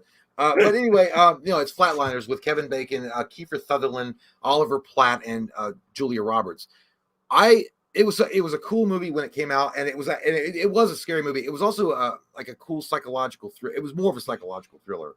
but they did a great job with like exploring what would the afterlife be. And there's so many movies now that copy what they did. There's a new one that I haven't even watched now where you can the call on the telephone or something. I haven't watched it. You watched it. Don't hang up or call me again. What the fuck was it called? Talk to me. Talk to me. Talk dirty to me. Yeah. Talk to me. Yeah. That like there's so many. You know, there's other movies like that too. That was like I see the reference though. I do. See the correlation. Well, I think the one that the most resembled it was the Lazarus Project, which fucking sucked. But they tried to do what Flatliners did. But like everybody was wearing like goddamn cool ass like overcoats. It was all like in a weird the way they shot it. It was like smoking cigarettes and like black blue light, and they're like, it was goth as fuck, dude. I don't know what we should be doing, but I don't think we should go back there.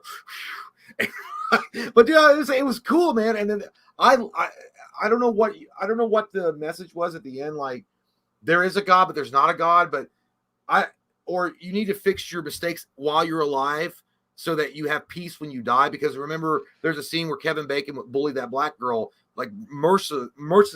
I can't even say that word. Mercilessly, yeah, but relentlessly bullied her, and like when he died, it was her just kicking the shit out of him over and over again. Or was it Alec Baldwin? One of the Baldwin brothers were in it too. And then Stephen Baldwin? Yeah, and then he had to go and apologize to her and like make Billy Baldwin. It was Billy. Billy Baldwin. Anyway, dude, what a great! It was such a psychological fucked up movie because I mean, at some point. Scientists like, well, let's just like flatline this bitch and see what happens, and we'll bring him back. We got the technology. We'll bring him right back and say, hey, did you see something? Did you see something? Did you see some Golden Gates and shit? Was there an all-you-can-eat Waffle House when you get there? Dude, I honestly it's not on my list. It made my honorable mentions, but like, yeah, I love this movie, dude. Joel Schumacher had a flair for fucking the dramatic, obviously, but dude, it was so dark. And I just, if Joe Rogan it came on set and just hosted, it was like who's the biggest My Chemical Romance fan? Like, because everybody was so dark, and they're like, no, I'll stay dead longer. No, I'll stay dead longer. I hate. Yeah, that was a great scene. They were like betting or something. Yeah, it was like they were all the whole point was they were all trying to get in Julia Roberts' pants. Like, so bad. Like, I could stay dead the longest. It's crazy. I love Flatliners, dude. It's a great movie. Great choice, my friend. My number 7 is going to be Dudes with Big. No, that was different. That's a classic. Yeah. My number 7, it's going to seem kind of low to some. Total Recall. It's going to be my number 7. I love it. I want to go to Mars. That's terrible. I can't do that. Get your ass to Mars. Get your ass to Mars. Get your ass to Mars. Dude, I love that fucking Schwarzenegger got to do this movie, dude, because you could see this movie being done with someone other than Schwarzenegger pretty easily. You know what I'm saying? But the fact that he's in it just elevated it, because not only is it a great Verhoeven movie, not only is it a badass, just kick-ass sci-fi movie that just captured the world's attention when it came out, and it's also really dark and twisted and fucked up in all the right ways, but now you add the Schwarzenegger level to it, and I never could. My mind was always blown at how hot Sharon Stone was in this fucking movie, dude. Ooh. And how bad it would suck to have that be your definitely wife. Play tennis. No doubt.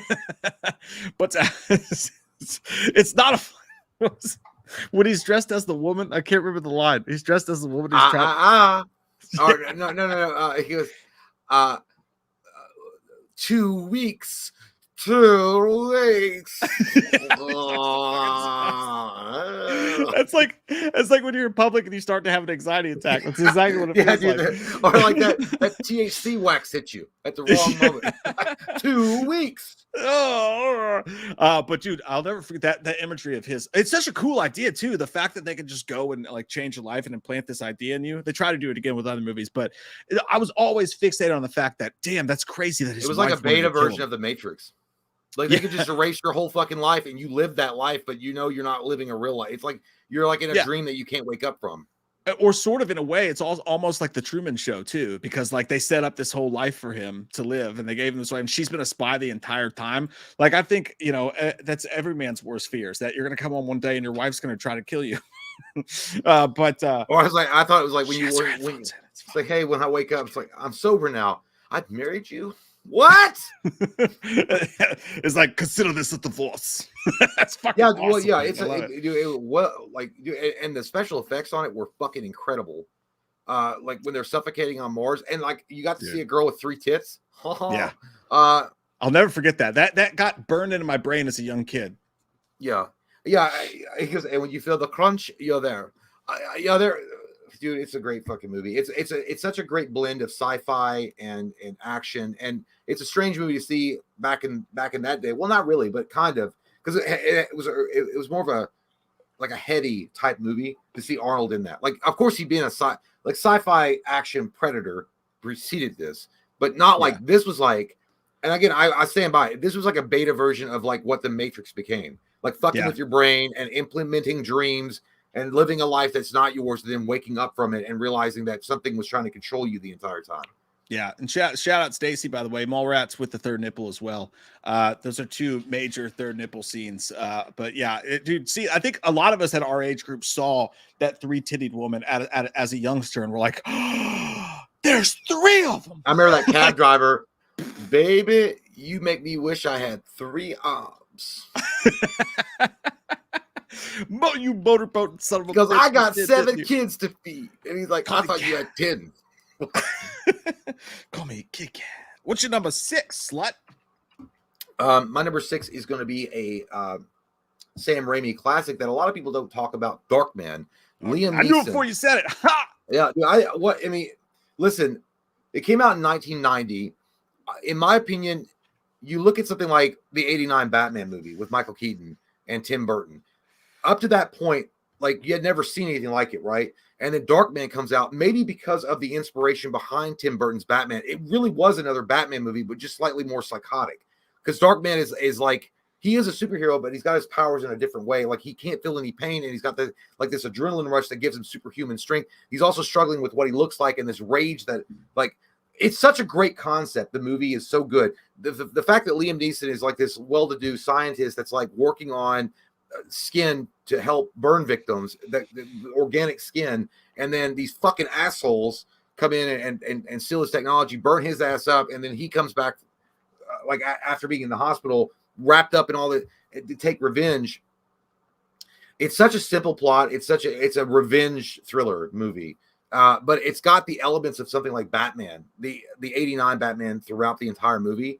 Like they could be in the same universe. Like literally Darkman could take place in Gotham. Yeah. And I like when I watch it, I get the same vibes and feels that I get when I watch 89 Batman. I totally get it, man. It's a great choice. It made my honorable mentions. I wanted to put it in my list so badly. Do you remember the game? The game was fucking dope as shit too. Yeah. Well, everything about like, and then when Darkman, like then they made like 4 Darkman movies. Like The Return of Durant was part 2, which wasn't a bad movie. But once Sam Raimi dropped out of the project and Liam Neeson did come back, it kind of lost its flavor. The guy that they got to replace Liam Neeson wasn't bad at all. But Darkman, in my opinion, is always. I'm actually shocked, dude. I've never seen them try to remake this movie ever. And I think it would be. I think this would do a really well on like an HBO Max, like a show, like do 7-8 episodes of Darkman. I think it would do really, really well because he's such a tragic hero. He's an anti-hero. And he's so tragic in the fact that he's just trying to be with his wife, but he knows he's all fucked up. And then there's all this rage behind it because of what they did. And he can't let go of vengeance. I don't know. I think it would be an incredible TV show. Back in 2022, Sam Raimi told an outlet that Universal is looking at making a Darkman sequel, but that was in 2022. It depends on who they use. Nothing. It's got to be so it's dead in the water, but it would have to be like, I would trust like HBO Max or maybe Stars to do it. But then again, Stars is where they go to die because nobody watches Stars, unfortunately. We learned that with Hills. So. Yeah, that's true. You got to do it in the right situation. I agree with somebody. They said in there, well, Michael said that Darkman needs a comic series. It does. They definitely did. They did do a comic series. Yeah, it was based on a comic series.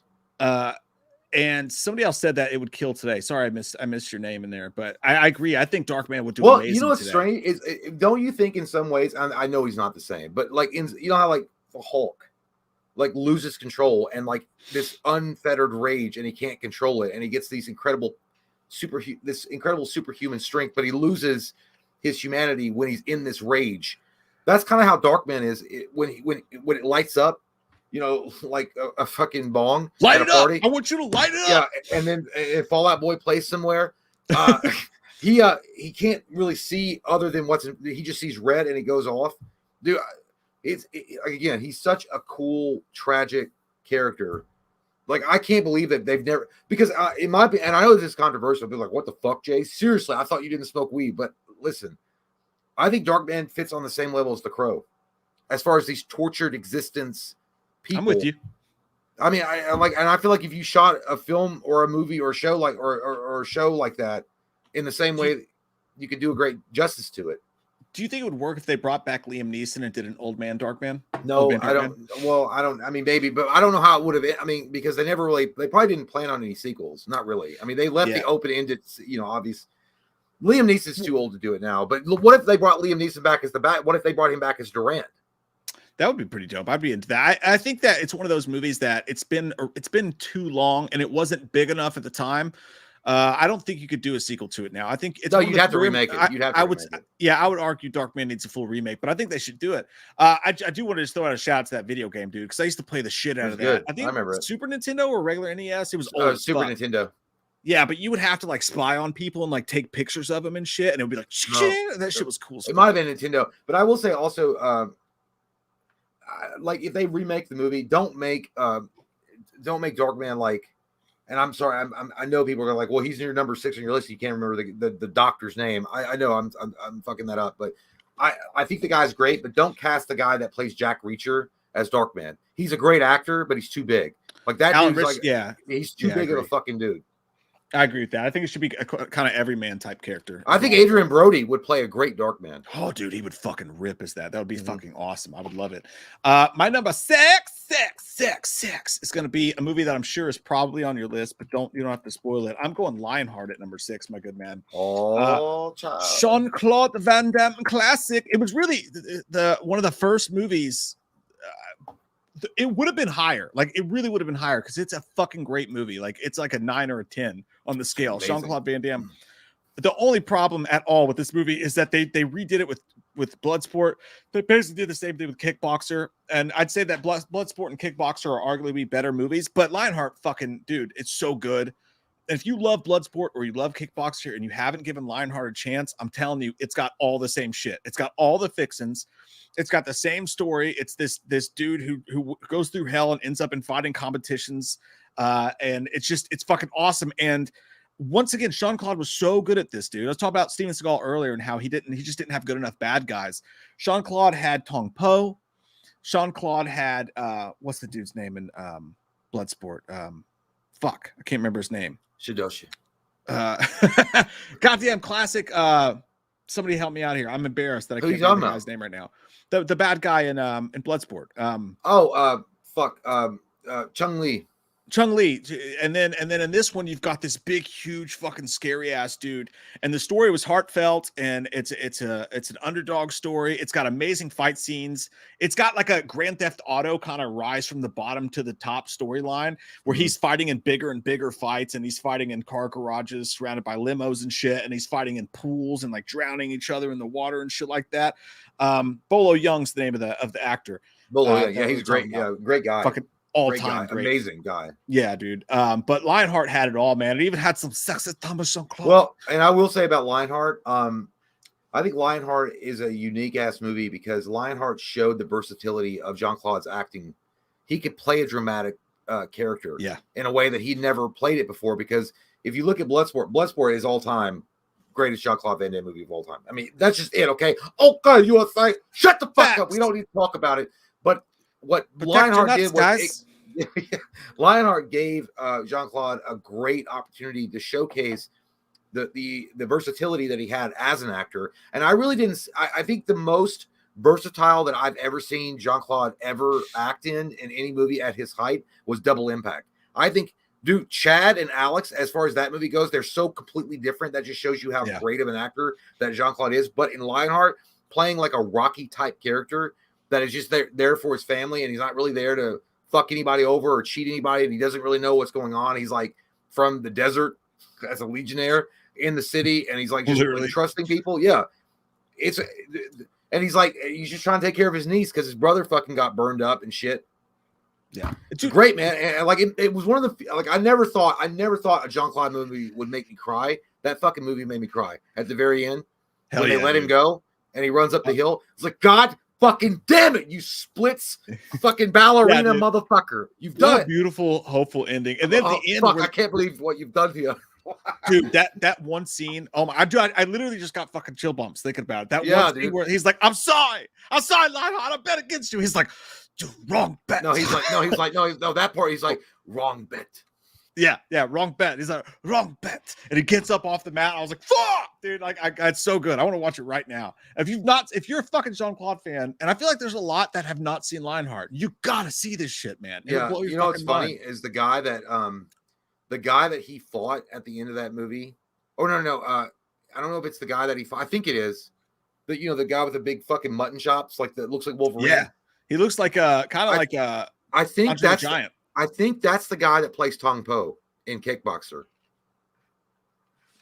That's like his best friend. Like he had the guy in Bloodsport that gets his leg like caved in by Bolo Young, and you can see his his shin gets split open.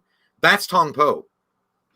The actual, that's his friend. Like that's like Jean-Claude's real life friend that he cast in that movie.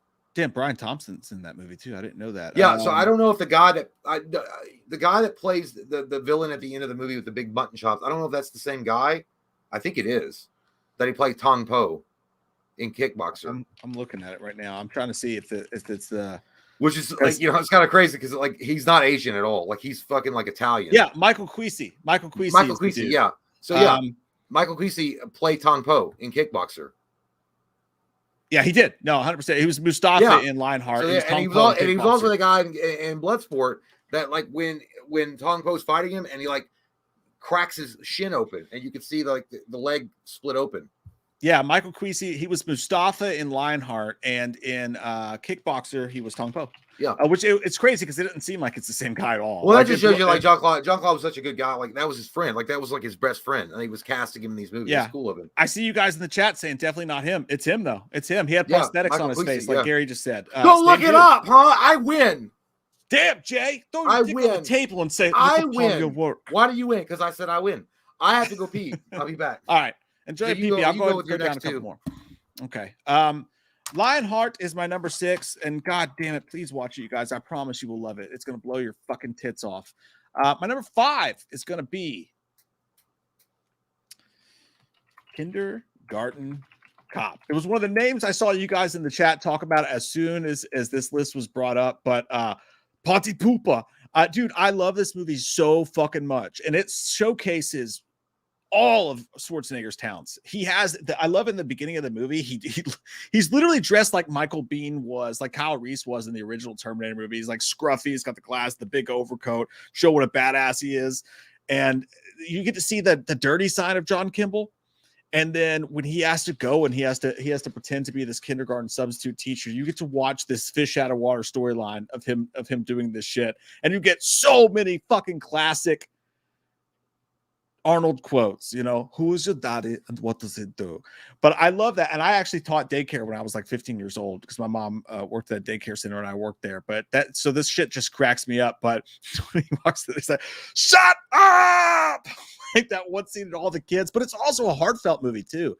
And I love the bad guy. The bad guy was so fucking good. Underrated ass bad guy. The dude with the ponytail. He's like, Dominic, I'm your father, Dominic. Come to me. He was so fucking creepy. And I think as a kid watching this movie, that guy creeped you out too. Because he was the guy, if you grew up in our era, the whole idea was don't let strange men abduct you because they fucking will, because that shit happens all the time. I mean, obviously it's still a thing. But the bad guy in Kindergarten Cop still, to this day, looks like a dude who would abduct the child. I mean, I don't know if he looks like that today or not.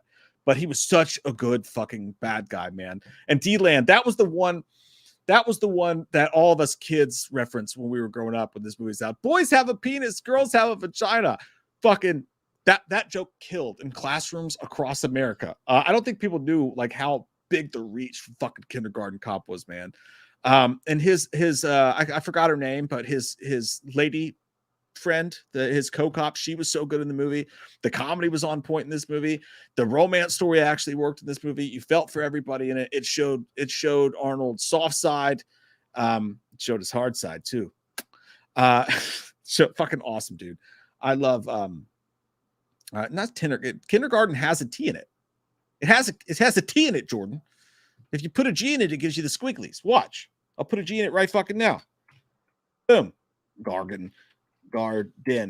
Squigglies. What's up? The squiggly line rules the roost. And this has a fucking T in it. See? Ha! Suck it. You probably meant something else. Anyways, it's not a tumor. It's not a tumor. Kindergarten Cop. It's fucking everything you want in a movie is in a Kindergarten Cop. A lot of people don't know this, and you probably shouldn't, and I'm probably going to ruin your night. They did a Kindergarten Cop 2 with motherfucking Dolph Lundgren. Honestly, it's not a terrible idea, but the production value was so low. Dolph was great in it, but like the production value was too low for it to ever match. But fucking love Kindergarten Cop, man. That's one of my all-time I love that fucking movie. Could watch it any day of the fucking week. And you can watch it with your kids too, which is nice. Okay. Number 5. Jay's coming back, so I'll let him give his number 5. Haha. Hey, you piece of shit with the little bladder and big dick, small dick. Your dick tastes weird. Hey, I'm going to change my battery out real quick if you want to give your number 5. Okay. I'll give you my number 5. I'll tell you it. My number 5 we've already talked about, so I'm not going to go in much detail about it. Much like my sex life, there's not much to be told. It's going to be RoboCop 2. This is my number 5. While RoboCop 1 is significant for many reasons, and it was so good on the satire and the violence and the drama that they were able to incorporate into the film, RoboCop 2 just holds a special place in my heart and heart for all time. Do I enjoy it more than RoboCop 1? Man, that's hard to say, because Mike's right. It goes back to the argument of Ghostbusters 1 or 2, which is superior. I mean, Ghostbusters 1 is superior in every way, but Ghostbusters 2 is one of those rare sequels that hold up just as well, in my opinion, to the original. RoboCop 2 just they did such a great job with what was, pre-built with RoboCop 1, and then just moved on with that. Murphy had got his soul back essentially at the end of RoboCop 1, and then they just took that like further with RoboCop 2, in my opinion, because it's like he knows, like, remember when he gets all fucked up and then they're putting him back together and they're like, and that bitch is like, what's your name? He's like, I'm Alex J. Murphy. Police officer's like, no, that's a glitch. Alex Murphy's dead. Who are you? He goes, you type it, I think it. Like, it destroys the idea of like the humanity part of him, and then he has to regain that. So I don't know. And then I think that Kane was like overall just a better bad guy. That guy, I can't remember his name. He also played Frankenstein in Monster Squad. He's such a great actor. I don't remember his name, but yeah, dude, RoboCop 2 it's not as like the satirical part of it's not like, it's more over the top, but I feel like they're just having fun, and it holds up. And I do like that look of RoboCop better. And I will say this, the RoboCop, the original poster is cool. There's something about the RoboCop 2 poster where it's just his helmet zoomed in and he's looking and it just says, I fucking love that poster, dude. RoboCop 2's posters, I think, is better than RoboCop 1. Yeah, dude. It definitely had the I almost said synthetics. It has the synthetics, but it had the vibes. I do think it's underrated, because I think back then any sequel got looked on kind of shittily. Like these days, It's all sequels and all IP. So I think people are way more accepting of sequels in general today. But I think back then it was different. I think RoboCop 2, if it came out today as a sequel, would be praised much higher. So would Ghostbusters 2. So would so many other movies. Well, and also they have the unique thing in the movie where the little boy Hobie, because you look like you're out of air, bitch, like that whole thing. But then when he's dying, and then RoboCop remembers his own son, and he's like dying around all that money, and he's like, dying really sucks, doesn't he? He's like, yes, it does. And like he watches his fingers like go away from his hand. I don't know, dude. I just thought that was a really cool, unique moment. So there was emotional moments in the film, but it was just a fun movie. And I also just felt bad for him while all that shit was going down too. Like when he was like spazzing out, I was like, oh, stop it, Robo. Yeah. Well, he had no choice. He's like, they just programmed all this nonsense into him. Birthday, bitch. My number 4 is going to be Tremors. We already talked about it. I just think it's it's one of the best horror comedies. It's a great horror comedy. It's a great like little community movie. It had fucking amazing jokes in it. The practical effects, again, this movie, even with a big budget, would probably be ruined today by them making crazy CGI. Wild CGI worms. But these characters felt like nothing you'd ever seen before. It didn't feel like cardboard cutouts or a specific character they were trying to make. It just felt like they literally plucked 2 dudes out of a Walmart in the South and were like, we're going to make a movie about you two because you're funny. Beavis and Butthead kind of way. And then you add the monster stuff and you add the sharp writing and you add the cool stuff to it. Tremors fucking rules and everybody knows it. So there's not a whole lot you have they to were they were everyday guys. Like anybody, like they could be your neighbors or like in the South anyway. Like that's my that I live in the trailer home down from them. Fuck yeah, dude. Yeah. By the way, there's nothing wrong. I'm not saying anything wrong. Like there's trailer homes that look better than houses. I'm just saying, Oh yeah, nothing wrong with living in a trailer. No. Unless you blow it up cooking meth. It happens. Happens in houses too. It happens in houses too. I got PP real quick. I'll let you go ahead and give your number 4. Say it before I go because I want to know. Well, we've talked Total Recall. Total Recall. We know here at Recall, we make you remember shit that you don't want to remember. Recall. I told you don't go down that place. Once you do, you went down that fucking place. It's a great movie. 100%. It's a unique movie, and it's one that, like I mentioned before, that I never thought I'd see Arnold in. While Arnold had dabbled in like with the sci-fi, in the sci-fi horror element with Predator, I never thought he would do something like this. I mean, Terminator, yes, and Terminator 2, but just not in this. This is more of a psychological focused film. The remake, by the way, with Colin Farrell was not. I got to give them props that they did their best to try to do something unique, but I don't give a fuck about what's happening on Earth. I wanted to be. They should have just kept it at Mars. But anyhow, the special effects on it were great. Arnold was great. The supporting cast was great. Sharon Stone was great. And the idea, it really is, the whole movie is centered around the idea of class struggle, which I think is so funny that it resonates much more today, where corporations and the rich and the elite are the ones that control the narrative and everything that you see. And it's like the working guy that gets fucked over. It doesn't matter about your gender or your color. It's the working guy, like the working stiff.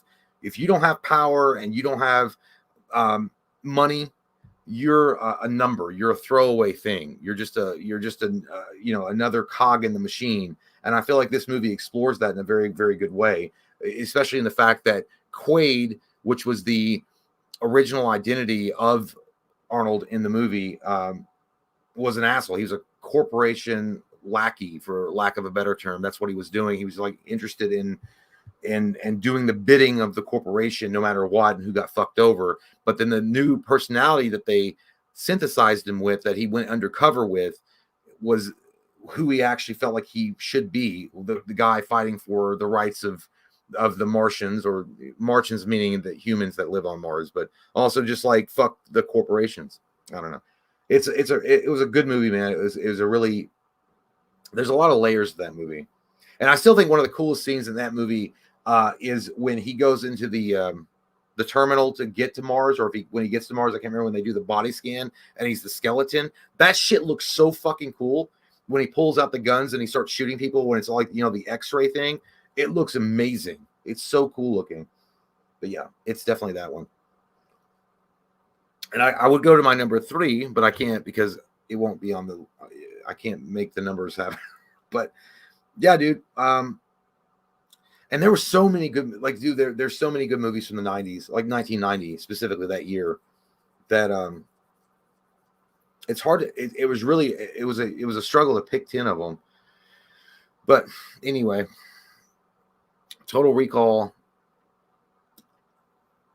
And I will spoil it. I didn't put Kindergarten Cop on my list, even though it could be argued what was the better movie that came out that year, Kindergarten Cop or Total Recall. I just think that Total Recall says a lot more, and there's a lot more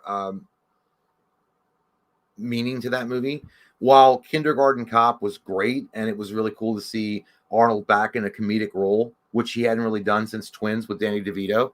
That was interesting, and it was fun, and it was definitely a memorable movie by all intents and purposes. But Total Recall, man, it just sticks with you.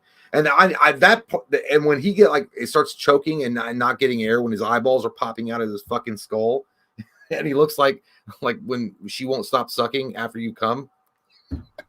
I know, dude. I tried my best. My brain is so fucking perverted. You know that part though, when he's like, when he's running out of air and his eyeballs are popping out. That That scared me when I was a kid. That shit scared me, and it looks good. Like that's another thing. It actually looks very impressive with what they did. Who directed that movie, by the way? I'm curious. I don't remember who directed Total Recall.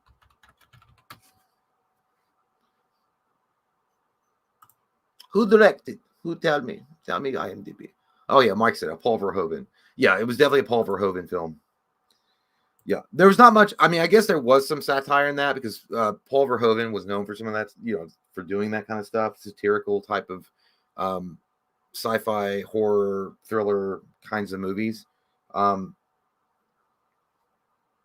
I think overall, it's a movie that stands the test of time. I think you can watch that movie in 25 years from now, and you're always going to find something to relate with it.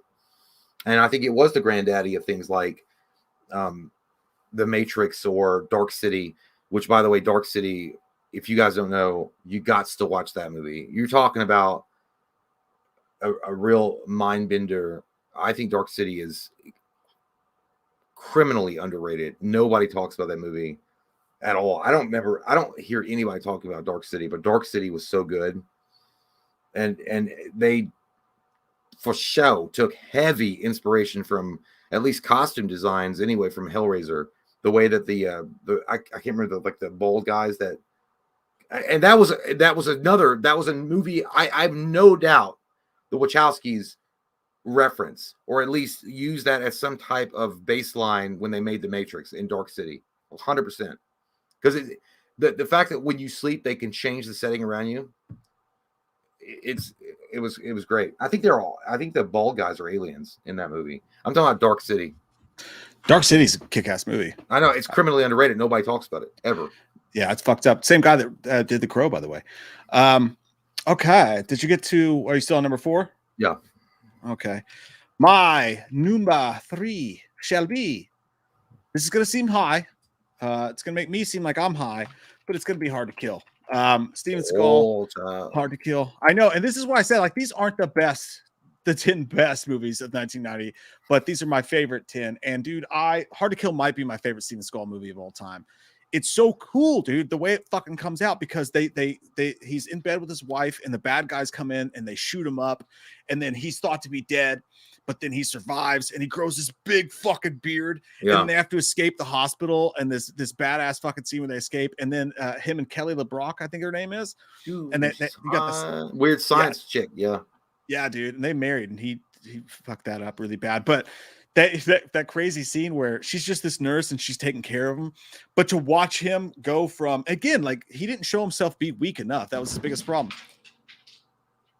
So what the hell just happened? My dog just flipped out. But dude, when he's coming back and bringing himself back and he's doing the acupuncture and it's like done, and that music's playing, it's the closest thing you'll get to a Steven Seagal montage. The music's playing, he's got the fucking acupuncture, he's out in the field punching that 2x4. It's like, hey, I'm fucking doing that shit until his fists are bleeding and he wants revenge and he goes after. And he pulls up that root and he like slices it with a katana sword. And I was like, oh, now you're ready. I see. Yeah, dude, and his friend, his buddy, who was his cop on the force that was with him during that whole thing. I fucking dude, Hard to Kill. Yeah, fuck it. That shit was touching too. Like I love their friendship and stuff. Love Hard to Kill, man. If you've not seen Steven Seagal movies, check out Hard to Kill. I think you will enjoy it. I do. Mostly. Yeah, Hard to Kill is a great one. It like I wish I couldn't put it on the list, but I wanted to. It's high. It's definitely high. Mm-hmm. My number 3 is going to be Teenage Mutant Ninja Turtles. Yeah. The original. Okay. Jose Canseco back. Tell me, you didn't pay money for this. Look like a giant turtle in a trench coat. Is this your first time in New York? Yeah, dude. I love it. He goes, damn. And he like, listen. Wise man once say, forgiveness is divine, but never pay full price for late pizza. And that holds true today, Domino's.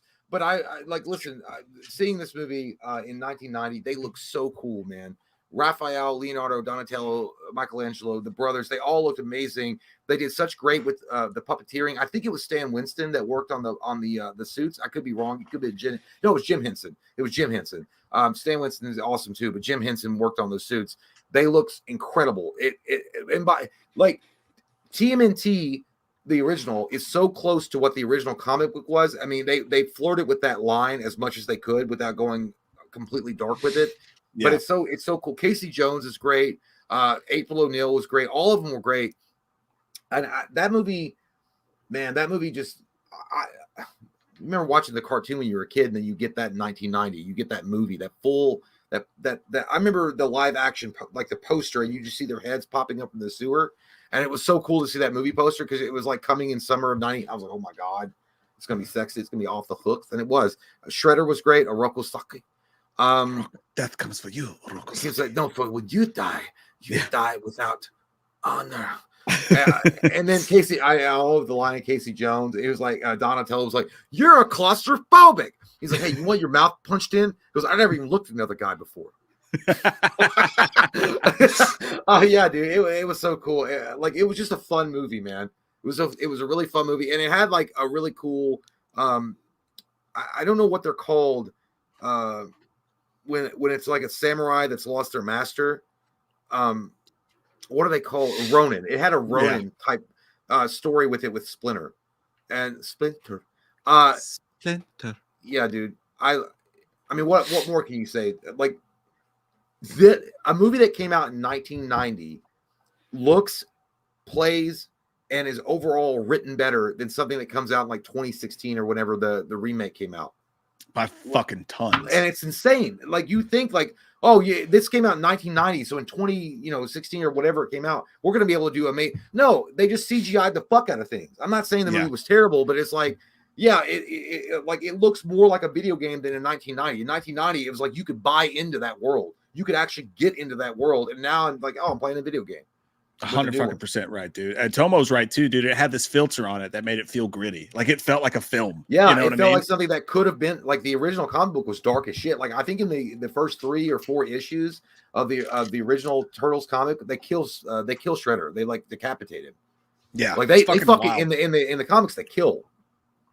Yeah, so, and they did the best job getting close to that. And we like you said, man, the puppets, the way they did that shit, they can't do it today. All these years, 34 years later, they still can't fucking do it. You know what it is? It's just laziness. Like I feel like a lot of directors and creative people behind the lens are like, oh, it's so much easier just to do CGI because you could just go on the computer and type in a few commands and get this like cool ass scene, and you don't have to put the extra work in. But that's why that's why it was so much more well done back in the day, because they actually gave a shit about what they gave you on screen, because they had to actually put physical time into making this thing happen. Yeah, so, and the crazy thing is that it's cheaper to do it the way they did it back then, but it's way easier for these people to just, we'll just hire a group of computer dudes to do it rather than it's cheaper. No, it's cheaper to do CG. It's cheaper to do CG. No, I think no. CG is way more expensive, dude. They got to have all those. I don't know. I mean, I feel like you could just get an Adobe fucking Paint thing and make CG. Yeah, just fucking like you can get like Sony Vegas for like $100 and make some CG with it. Yeah, I think it's just the time to do it. I mean, I would think that CGI would be more expensive. I could be wrong about that, but yeah, no. Certain movies, I'm sure it is. But anyway, TMNT is classic for a reason, man. It's like, is it better than Secret of the Ooze? I think it is, but Secret of the Ooze is another film that holds up just as good to the original. Dude, Secret of the Ooze is actually my favorite Turtles movie. Although Kino. This one will be easy because I'm right there with you, dude. My number 2 is TMNT. Yeah, dude, it's easy. What I loved about TMNT 2, by the way, or Secret of the Ooze, for one, I love the green shit in the ooze. That shit was awesome. I don't know, there was something about it, but you got to see their new digs, like in the sewer. That was fucking cool. Awesome. The subway. Yeah, dude, there was and you guys don't understand what it was like being our age. Maybe you do if you were, but like being our age and having a Turtles movie live action come out and be taken so seriously the way TMNT was, it was fucking mind blowing, dude. And it was a goddamn sensation. I'll never forget the third Turtles movie, even though it sucked. We went to the theater, to one of those theaters that served pizza. And this was like one of the first ones to do it. They served food in the thing. And they actually had dudes at the movie theater dressed as Ninja Turtles in the suits, like greeting families when they walked in. Like Turtle Mania was fucking real. Turtle Mania, brother. Yeah, was legit. It was a fucking sensation. It was a great time to be a kid, man. And the toys, fuck yeah, dude. We had all those. Well, toys, the vans. And they did it like it's strange to even think about, like the fact that in 1990 they took more seriously a toy line and a cartoon show and adapted it as faithfully as they could from the comic book, from the actual origins of that story, without crossing over to rated R than what you get from like Hollywood today, where they butcher everything and rewrite shit to fit a narrative. Like, it's so strange. Like, back then they would actually try to do, like, if it's based on this source material, we'll try to do it as close to it as like the budget can get. But nowadays, like, oh, let's rewrite this shit. Oh no, that person over there, we gotta like that's gotta be a woman, and that person over there has gotta have a dick, and that person over there is they gotta hate Trump, and that person over there has gotta hate Biden. It's gotta be all inclusive. Yeah, like it was a different time, man, for sure. And I appreciate it. I'm glad that we grew up in the time that we did, even though it brings back great fucking memories. And again, so many toys, so many fucking awesome toys. I feel bad for kids nowadays because back then it was like, I got to get the Turtle Van, I got to get the Leonardo, I got to get this character, I got to get that. Today, like, kids are just like, I have everything I want on my phone, which is nice, but like, it's not the same. I think Shredder looks the best in the second one, but he looks fucking badass in the first one. And the way they presented him, like they led up to he just like he comes down way. like fucking Chocolate Thunder, like when he's like and he like bounces a little bit. Lady Gaga, and he's like, because where's Splinter? And he's like, the rat. It has a name. It had a name. He's like, dude, the showmanship. Dude, the showmanship and like the theater acting that went into all this shit. And again, just look at Splinter, man. Like how sweet and how cute and almost scary he was. He was everything you would want to realize Splinter to be. Splinter, yeah. Splinter. And then in the remake, they just make him fucking whatever that shit was. That was terrible. I will say though, Mutant Mayhem, the Seth Rogen produced one or written one, Mutant Mayhem. You should watch it, man. It's a fucking great movie. It was so fucking fun. Like, it wasn't like these movies that were more teenage, which was kind of cool, but it was really good. Like, so good.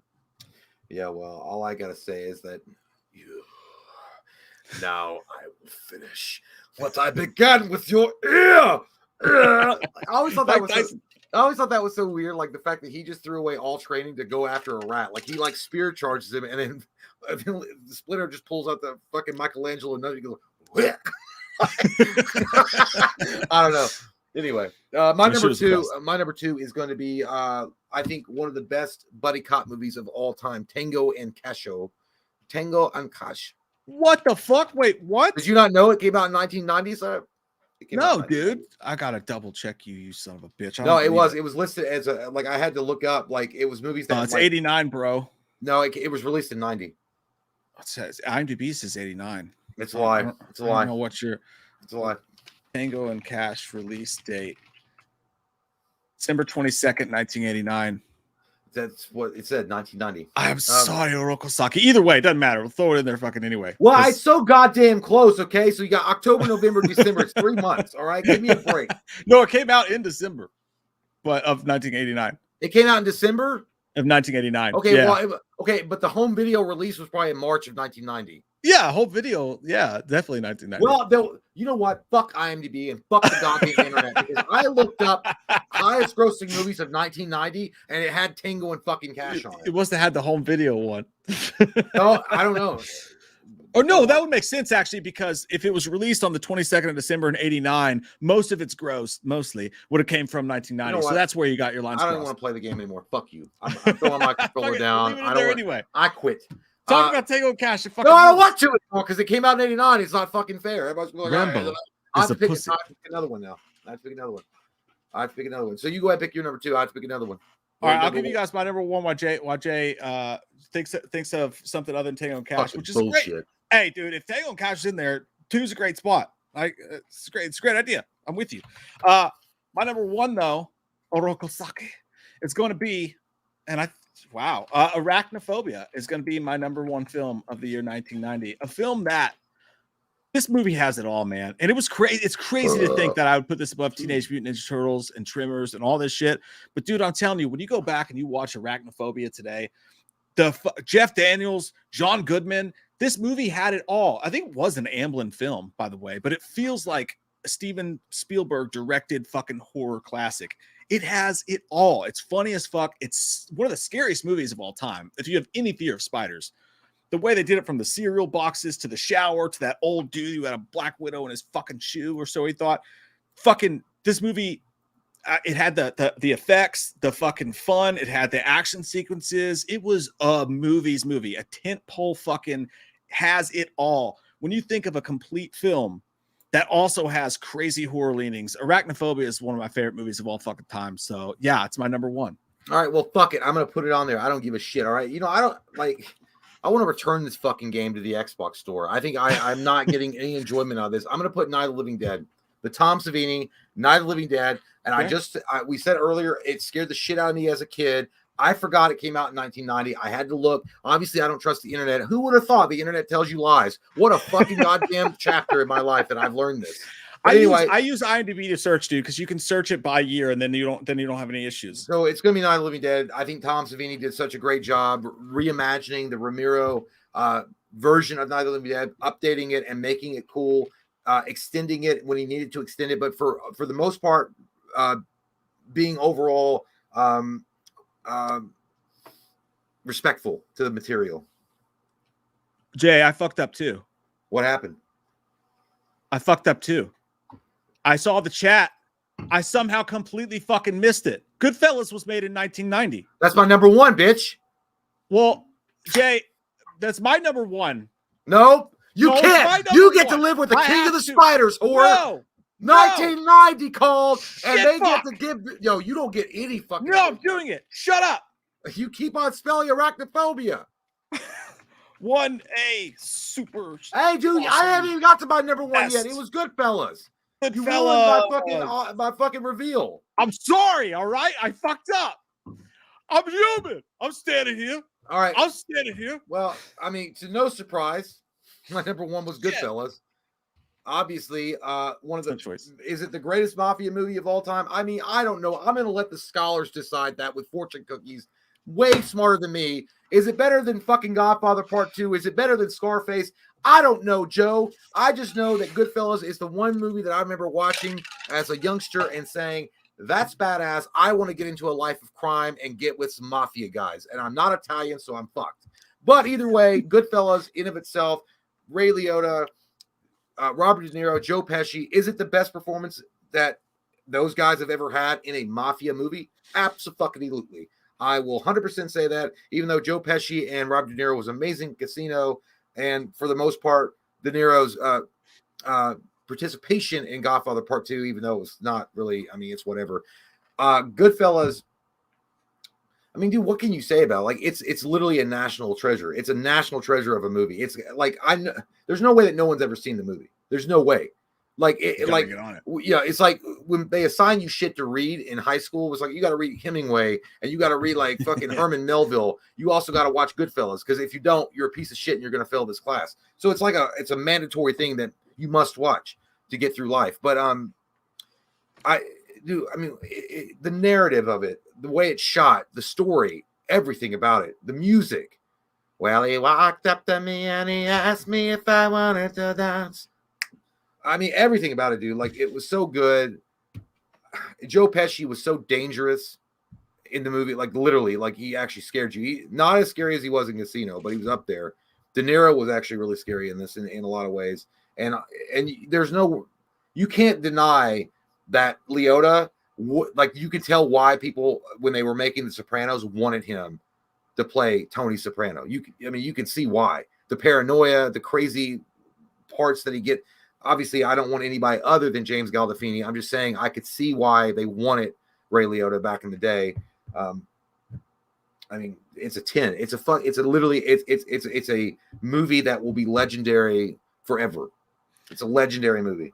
I feel bad even speaking because I've failed the city. I like how you put 1A. Like, you put 1A. Super best, awesome. It's the best. I can't. Yeah, dude. You have to erase arachnophobia. Yeah, I'm not going to erase arachnophobia. I can't do all the typing. You have to pick one or the other. No, I don't, Jay. I had to get rid of Tango and Cash. I didn't tell you to do that, slut. I will take out Exorcist 3 and then move everything down a slot. All right, that's what I'm going to do. That's fine. That's fair. That's what I'm doing. But yeah, so I'm sorry, everyone. I'm sorry. I fucked up. You sound like Biden trying to remember a speech. Or George Bush, he threw a shoe at me.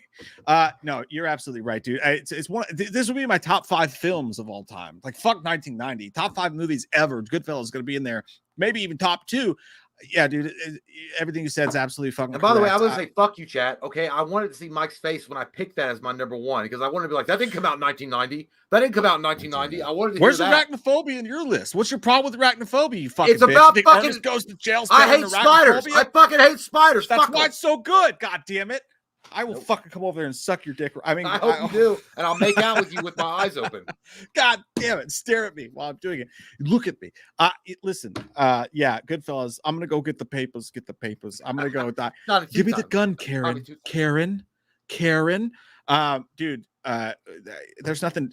There's nothing to say. If you haven't seen it, go see you know it. what? One of the best scenes that movie is like that dude when he like parks across the street after Karen gets assaulted, and he like takes the butt of his gun and beats the. Oh yeah. Goes, I swear to Christ, if you ever come near again, I'll fucking kill you. I'm like, God damn it! I want to fuck that man. And I've never said that before, but I'm saying it out loud. Hey, you popped your cherry. Hey. He's like, yeah, but I got busted. He's like, yeah, but you didn't say that. You didn't give them nothing. They don't got nothing. I'm gonna throw one in the chat. I'm gonna blow the chat's fucking mind right now, though. Okay. I'm gonna blow the chat's fucking mind right now. You guys aren't ready. Get ready for this.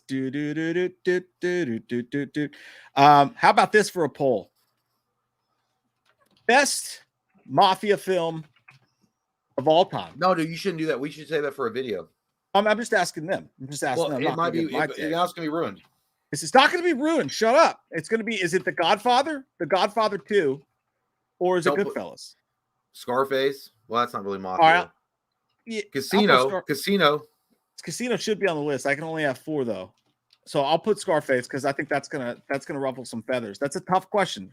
Scarface isn't really a mafia movie. That's just like Tony Montana getting into it on his own. Fine, Jay. I ended the poll. All right. Are you happy? Are you happy? Fuck it. I don't care. I mean, whatever. This show sucks. Pick what you want. This show fucking sucks, and it's my fault.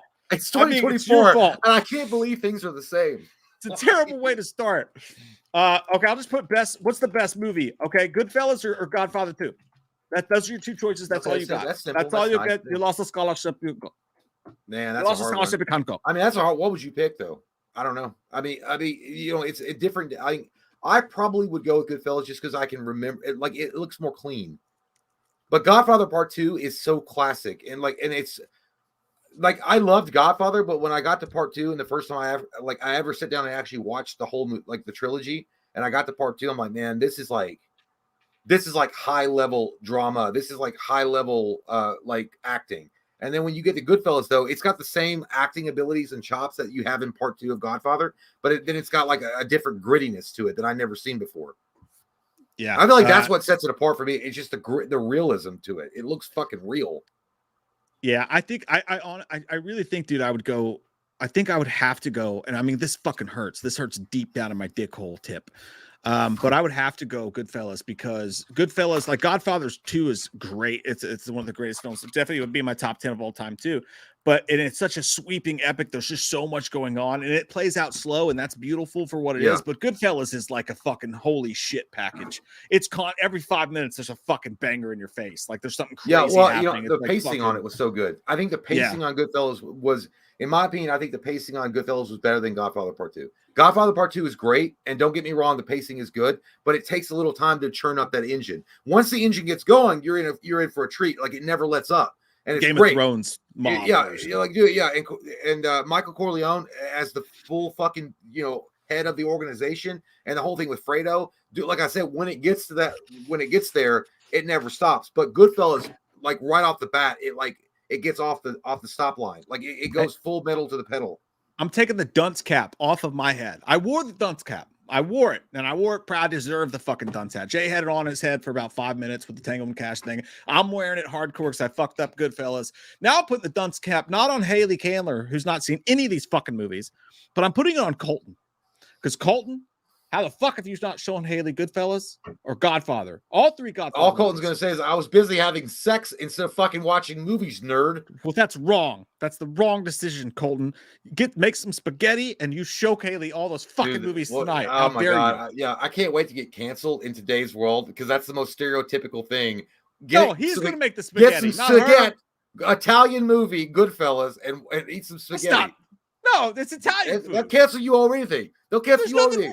Well, that's fair, but you eat pizza, you watch the Turtles, you eat fucking spaghetti, you watch Don't fucking take my culture, bitch. You fucking cultural. No, but I will say, hey, man, I'd pick my vote would be Goodfellas. Like if you could only pick one forever, you got if you got. Well, yeah, dude. That you try and you're like, and then your girl's like, no, and like, what the fuck? Do you not love me? You sit her down. You sit her down. You say, you fucking watch. Listen, you do like this, Colton. Do you want what's behind my hand, or do you want to watch all the goddamn? No, I'm kidding. Don't do that. Colton does a lot of There's a thing called jail, dude. Rambo is. There's a thing called dude. Dude, that's I love. This fucking sucks. And dude, Tango and Cash. Also, you got the fucking lines like sugar is down. I can't believe it. I'm not afraid of anybody. By the way, that was Ron Howard's little brother, Clint Howard. Like, I'm not afraid of anybody. I'm not afraid of you. And he's like, And dude, there's that scene in the bathroom when he drops the soap. Oh no. When they were talking about it, it's like Cash is like, well, who do you think set us up? He's like, I don't know. I'm working on it. He's like, you don't know shit. And then he's like, he drops the soap. He's like, hey, what are you doing? He's like, because I'm just picking up the soap, and don't flatter yourself, Tiny. Yes. He's like, you broke that jaw.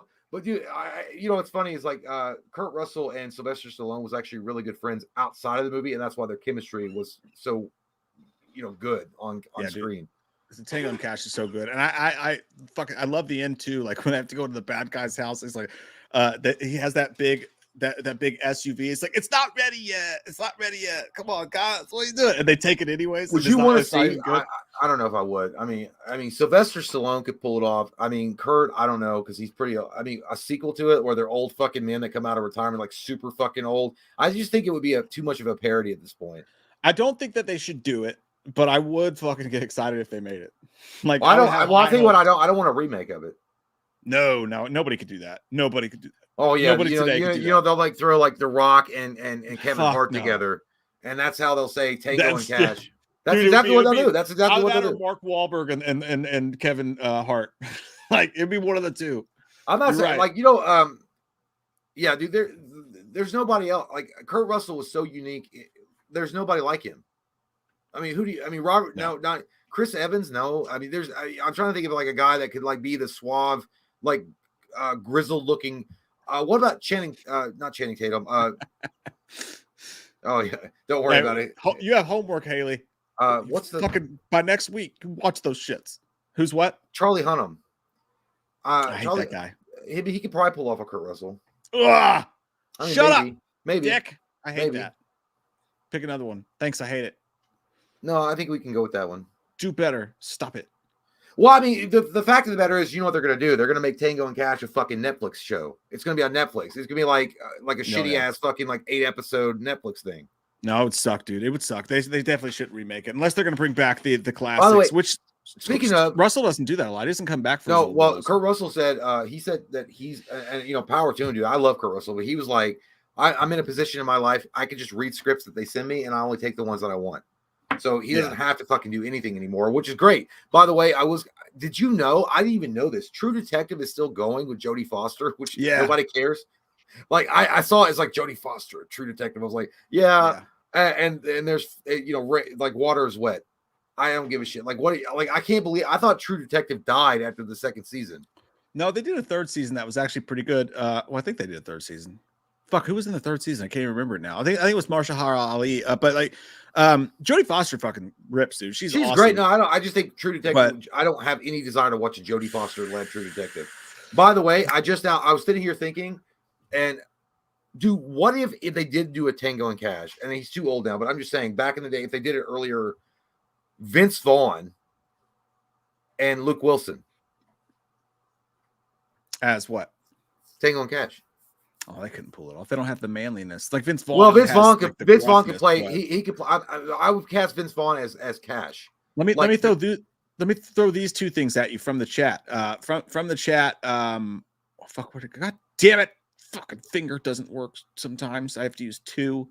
JT Custom says Ryan Reynolds as Cash or Tango's son, but either one, whichever or. What about Ryan Reynolds and as Stacey James says, Jake Gyllenhaal for Kurt Russell? Ryan Reynolds, Kurt Russell. They're too pretty.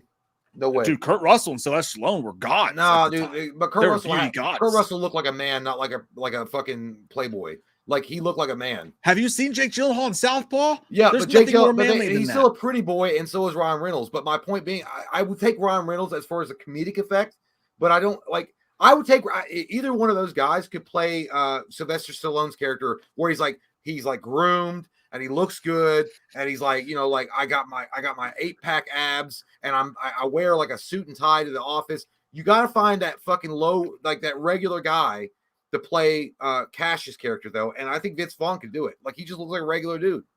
But all right, but look at this. Hang on, I gotta move this over. Check this out, though. All right, just gander on it. Just take a gander.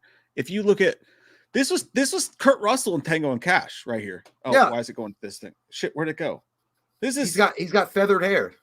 That's not a real gruff dude. You know what I mean? No, that's just in that particular where he's wearing like some shit that he like escaped from the Beauty and the Beast castle. No, but if you look right there, go to Kurt Russell as Gabe Cash in Pinterest right there, or it's Snake Plissken. That looks like a fucking man. That looks like a fucking dude. That's a man. I mean, same movie. Go down right there. Look at that feathered fucking hair. That was the style of the time, though. Yeah, he has the Patrick Swayze hair, but yeah, he's a good-looking guy, but he's like got a gruff like exterior to him. Now go to the picture with him and Stallone right there. Right here? No, the other one. Up there with that. Look how groomed Stallone looks. Look how put together Stallone looks. Yeah, you slick your hair back, you put on a pair of bubble glasses. He looks more like clean. Like I use like soap that you can't afford. And absolutely. And Cash like I go to CVS and I pick up some fucking soap. Like, and I got my chest hair exposed. Yeah. Like I think that listen, if you want to cast Ryan Reynolds or Jake Gyllenhaal as Stallone's guy, it works. But you got to cast someone that's got the mannish look to him and good looking guy. Well, dude, he looks like he fucking like sucks dick on the corner of 7-Eleven. Like you're picking fucking Nightcrawler images. Like, what are you doing? You're picking Nightcrawler images, dude. Jake Gyllenhaal right here looks like the Taco Bell gets your order wrong. Yeah, that looks like that you're fucking like broke as shit. You're going through your fucking compartment to find quarters to pay for your taco. Like he looks like he smells like bologna. Like that. Like that's not a good reference. That is not fucking Jake Gyllenhaal at all. There, dude.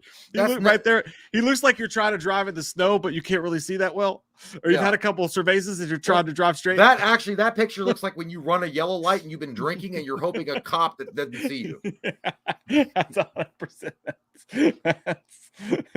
But right there, look at that. Look how sexy. Look, go up from where he's pointing and go up. Go up from that one right there. Go down. No, go down. No, not that one. That he looks good there, but go down. Go down. Go down. Go down. Stop telling me to go down. I will. Right there. This one? Yep. Look at him. I can see.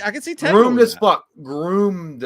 Like his ass his ass has no hair on it whatsoever. It's been waxed. Oh, how about this guy? How about this fucking guy? Well, that guy looks like me, overweight and depressed right now. With a big beard. This is every day in our life. But that's not we're not looking for that for Stallone. And that's you when you look at the mirror and you haven't lost enough weight. Yeah, that's like when you look in the mirror and you're like trying to pee and it won't come out. You're like, do I have diabetes? This is when you're jerking it for the third time in the day. No, I will say Gyllenhaal and Reynolds are great actors, and I wouldn't even mind them in Tango and Cash, but they would definitely not be the gruff. I'd take that guy that played Reacher to fucking play Cash. Alec Rich. But the problem, he's too fucking big. He's too big. Yeah, he's definitely too big. But they did a great job with the costumes with Stallone, though. Like the way that they made him look slender and like smooth and shit. The way that they did. Well, no, it wasn't. They didn't have to do anything. They just got a really nice suit that was cut to his body. Yeah, they slicked back the hair and I mean, his body was already in a great shape. Yeah, I think they could do it, dude. I don't know. Like Charlie. Here's the problem. Would they fuck around with it? Would they make it where it's not? We can't make this offensive. That's the problem. Yeah, dude, I was watching anything you watch, dude. Anything you watch from the 90s today, I go, oh, people would be pissed about that today. People would call that woke. People would be offended by that. Well, it goes both ways. Like anything you watch is like, oh, they would call this a woke movie, or oh, they would be offended by this. Like you can't do shit these days. You really can't. My real dad, the one that passed away, he looked like Kurt Russell. Like he always got vibes from Kurt Russell, dude. Like 100%. Especially when he played like my real dad. He grew his mustache out one time like that. Fu Manchu. He looked like Wyatt Earp from Tombstone. Like straight fucking dead on him, dude. There's always even the way he said he would like smoke cigarettes. Like he had that vibe. There's something about Kurt Russell. I don't know. It's like I was like, you remind me of my daddy. As I protected over him, but I will say there's Kurt Russell. He's like, you know what? I don't know. What about Hugh Jackman? He's too old. I think. Yeah, for me, I do love Hugh. Maybe, but he could love you. But anyway, to be fair, do we really want a remake of it? I really don't want one. No, they really shouldn't do it anyways. I'm scrolling up here to catch back up on some super tits. Okay, I'll be right back. I'll be back. I gotta go pee in the toilet real quick. All right, take your nice pee and make it feel real nice. Yeah, do it the way you like to have it done to you. That's what I tell. Oh, by the way, don't go anywhere because when Jay gets back, we're watching the outtakes from Eastbound and Down because it's the funniest fucking video on the entire internet. And we talked about watching it last week and we didn't do it. We got to watch it together. It's going to blow your fucking minds. It's the funniest thing you've ever seen in your fucking life. I promise. I swear to Christ on a popsicle stick. That's the best. Child of the Corn. What's good, fellas? Should the Batman Reeves universe stay grounded with villain selection? Bane, hush talent, leave CGI characters for the rest of the DCU. Fuck yeah, dude. Fuck yeah. Leave all that shit. Switch it. Do it all different. DC spent so long trying to copy what Marvel's doing, and they fucked themselves up. They fuck you in the drive-thru, like Joe Pesci said in Lethal Weapon 3. They fuck you in the drive-thru. DC fucked themselves up trying to copy Marvel. Now, maybe they'll smarten the fuck up and be like, we should do the opposite. No CGI, fucking hardcore R-rated scripts, deep, personal, important shit, heavy shit. Do it that way. I fucking love it, child. I love it, and I love you and the way that you kiss. Crimson Black said, Mike, I used to make that kind of music under the name of just Crimson. Oh, but when you change it to Crimson Black, you know it's going to get dark because it's got to. I love it. It's like Chris Gaines, the darker version of Garth Brooks. I'm kidding, but I'm more singing Deftone / sing rap style. I just ran out of things to say. Also, Mike, you're sexy too. Thanks, buddy. I appreciate that. Hey, I get it, man. I was in I wouldn't call it a rap rock band, but I was in the band that we were in, did like Linkin Park type stuff. There wasn't actually any rapping, but it was like it was more Papa Roach than anything. Again, without the rapping, but it was sing like almost poppy metal, but like also with screaming. Because I couldn't sing all that well, but I could fucking scream. That's the kind of shit we did too. So I appreciate that, man. It's fucking awesome. Hell yeah. Hell fucking yeah, dude. Deftones are making a comeback too. Like TikTok brought the Deftones back. Like how weird is that shit? I was watching somebody talk about that the other day. It's crazy how that shit works.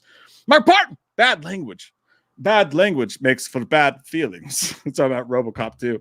Fucking that movie has so many great one-liners, man. So many great one-liners. I love it deep down in my cockles and Bartles. Field of Screams podcast. Thanks, buddy. Says now it's time for a real brain buster. You're headed out on a Friday night. Who's your wingman? Leatherface? Leprechaun. Easy. Absolutely Leprechaun. Absolutely Leprechaun. A, you're better looking than he is. B, you're taller than him. And that matters to women a lot, apparently. The height thing does. So I hear from my single friends who are on the shorter side of life and they're dealing with a hell of a road. Those guys are. I feel terrible for them. But yeah, Leatherface is just going to sit over there and be like, he's not going to make any fucking sense. He's going to try to make him eat homemade meats. It's going to be a fucking mess. It's going to be a shit show, and he's going to have food all over his face. It's going to turn off everyone. Leprechaun is smooth. He's a talker. He's going to have the ladies cracking up, but no one's going to have sex with that guy. So you're taking him home. He sets him up. You knock him down. It's Leprechaun. Am I wrong, Jay? Am I wrong? Yeah, that's a great wingman. I was going to say Leatherface because everyone looks thinner next to him. That's fair too. That is fair. You got to have that guy. Got a lot of weight issues. And he's going to be like, I'd be like, listen, I'm volunteering for the special needs people, and this is what I do. I take them out and try to like incorporate them back into society and help them out. Yeah. And I'm a good guy. And they're like, oh, that's so sweet. That's so sweet. And then if they're like, I think I might go home with Leatherface, you'll be like, okay, well, he's going to fucking eat you, but all right, enjoy that. Yeah, his dick is made out of, like, not his dick. It's made out of other skin, idiot. Yeah, other men's skin. and that's not gay when you do that, but if it is, it's okay. Mike Barton, imagine how awesome it would be if we got Teenage Mutant Ninja Turtles 4 that ignores 3 and they bring back the Jim Henson suits and have Krang or Rat King as the villain. Oh man, I would love it. Yeah, see, that's the weird thing is like I remember when Secret of the Ooze came out, I was like shocked, like I was pleased to see the Shredder back, but I was like, we're definitely gonna get Krang or somebody like a higher up, you know, that's been over the Shredder.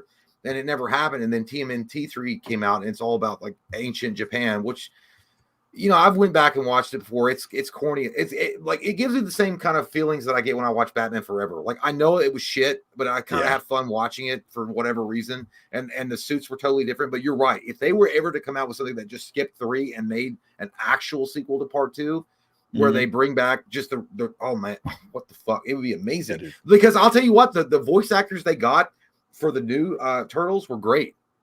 Just put the puppet suits back and let's have a fucking like real movie. And not, I mean, I didn't even Megan Fox is hot as shit, and I didn't mind her as April, but no, not a bit. Yeah, I don't know, dude. It's so weird. Like I don't understand how like in the future you go down in scale from what you had in 1990. It's insane. It doesn't make any sense. Yeah, we really do, man. The 90s were in my opinion, the 90s were the golden age of movies. So I know older people would disagree, but that's where I'm at. Hey, we're at 10:16 p.m. with Lee the Machine Bowers. I'm gonna take a quick pee. I'll be right back. And then I told them, Jay, that we got to watch the outtakes from Eastbound and Down with the purplish hue. Oh, because that shit's classic. Fucking classic. All right, Lee at 10:16. Okay. Yeah. All right. Okay. Lee the Machine Bowers. It sounds so hot and sexy. I wish I had a dick to justify a name like Lee the Machine. I do not. Teenage Mutant Ninja Turtles 1990, my all-time favorite. The campfire scene when Michelangelo cries hits me with a ton of bricks. I got all 3 original TMNT theater posters and frames. I got my nephew into TMNT, and he's Hook. Hook was not a bad movie either, but I don't know what I don't know, Hook. He's got a hook for a hand, but that's fine. That doesn't mean that he can't do regular things. But you're right, man. That particular scene, I am proud of you, all of you, my sons. When Splinter appears in the campfire, when they all like meditate and they reach the final form or whatever of ninjutsu, and they're able to summon the spirit of Splinter, and he talks to him. I agree with you, dude. I got teary-eyed as fuck during that scene. It truly, I mean, it's like a dad, or your dad or whoever, like saying, "I'm proud of you. You struggled and you got to this point." And it was an amazing scene. It really was, and it's overlooked a lot of the times. But that, and I liked how around the campfire they all like, Raphael, who's always been the one that's been on the outskirts of the team, like doing my own thing. He like Leonardo, which him and Leonardo always had beef. Leonardo puts his hand on his shoulder and like, Raphael like grabs it and shit. I fucking love that shit. Yeah, dude. 100%. Great throwback, or great callback. What you mentioned there. I love that scene. Thank you, man. That was a good one. I've actually watched that scene, just that scene specifically, and for me it's the same. It evokes that emotion the same as like Homeward Bound, when Shadow and all of them come up over the hill and they reunite with their owners. It fucking gets me, dude. I don't know. You'll summon me here, my sons. It's fucking great. Nighttime. Thank you so much. I cannot wait for the Roadhouse remake coming out. Yeah, I think if it's done right, it's going to be good. I mean, that's a movie that's very straightforward, simple movie to make. Could they fuck it up? Yep. If they let studio interference and again agendas and narrative problems get in the way, I think they can totally ruin that movie. But for the most part, I think it's an easy movie to remake. I hope it's good. I'm going to definitely go see it. It's going to be hard to replace something like Sam Elliott as the mentor in that movie. Patrick Swayze was also an all-time great. But yeah, it could work. And you look at something like Jack Reacher on Amazon Prime. Look how that exploded, right? Everybody just started talking about that, right? Did you start watching that? No, I didn't watch. Shit, I was hoping. But you I'm saying several times. I was hoping. No, but I'm saying like everybody talks about that show, and like it, like I think it's Amazon's like it's either their most watched show or it's like up there. It's like in their top 5 most watched shows. Everybody loves that show because guess what? It's devoid of any kind of messaging. It's just a fucking straight up action, cool ass movie or show. And that's what they should do with Roadhouse. That's what they should do with any movie, by the way, especially if it's like a turn off your brain action movie. But anyway, I digress. I agree with you, sir. Richie Drums says, would you guys let Amber Heard sleep over? Yep. She can shit in my mouth. She's hot as fuck. I think Jay doesn't want to conversate with her, but I guarantee you, I'll bet you $1,000 if she did stay the night at your house, whether she gave you any or not, you'd be like, the next day, I'm like, how'd it go? You'd be like, you know, bitch, she's actually a really cool person. Like, I know, 100%. I would fucking white knight for that hoe. I would white knight for that hoe on fucking Twitter, and then everybody be like, Jay, you know what she did though, right? I'm like, yeah, I know. I was like, yeah, but she said, but you know, I don't think that people know her. I don't think that people. I'd be like those white knights that came out for her after the fact, and they were trying to defend her dumbass, shitty ass. But no, is she a fucking dude? She's a cunt and a half. Is she hot? Yeah. Are we mid? Are we cups? Are we mid? Yeah, I guess meat's back on the menu, boys. I don't have to marry the hoe. I'll just fucking slam her and then leave her. Like, Johnny Depp was like 42 seconds of sweet bliss. The problem is Johnny Depp stayed too long on that, like, you know, that planet in Alien where they land and the fucking thing, like the face suckers get on them and then like infect them. Johnny is like that guy that just stayed too long on the planet. Some horses you can't ride, man. Just leave your balls in there, have a good time, and then get the fuck away. But anyway, you're right though. Yeah, 100%, dude. She's hot. Are you really, like, tell me Amber Heard's not hot? Like, she's fucking hot, dude. It's true. There's some beauty that personality can't overcome. Colt Kaler said, can y'all also convince Haley to watch 2 of my favorite franchises, Rambo and Rocky? What's her problem? Dude. Oh, man. Come on, Haley. Holy shit, dude. Rambo and Rocky? At least watch Rocky 4. I mean, if you can't get it up for Rocky 4, I don't know what to tell you. Half the movie's a montage. It's the most entertaining film of all time, Haley. Come on! Those are Haley. Rambo and Rocky are like classic staples of American cinema. Like, like Rambo, like even if you're not going to go for Rocky, Rambo is literally about like a regular Vietnam, like not a regular, but like a regular guy from the Vietnam War that just wants to I just want to get something to eat. And they're fucking dickheads to him. They won't let him in the town and then get a haircut. God damn it, dude. Like what Yeah. If anything, look, first, Goodfellas. First is the Goodfellas. You got to watch Goodfellas. All right. Second, you got to watch Rocky 4. I mean, I prefer you start at Rocky and work your way up. You have to go right way. You have to go Rocky. But I understand what we're dealing with here. So we're going to start with 4. We don't want to lose your attention. And then obviously like the first Rambo, just the first Rambo, if any of them. First Blood is First Blood, which is Rambo 1.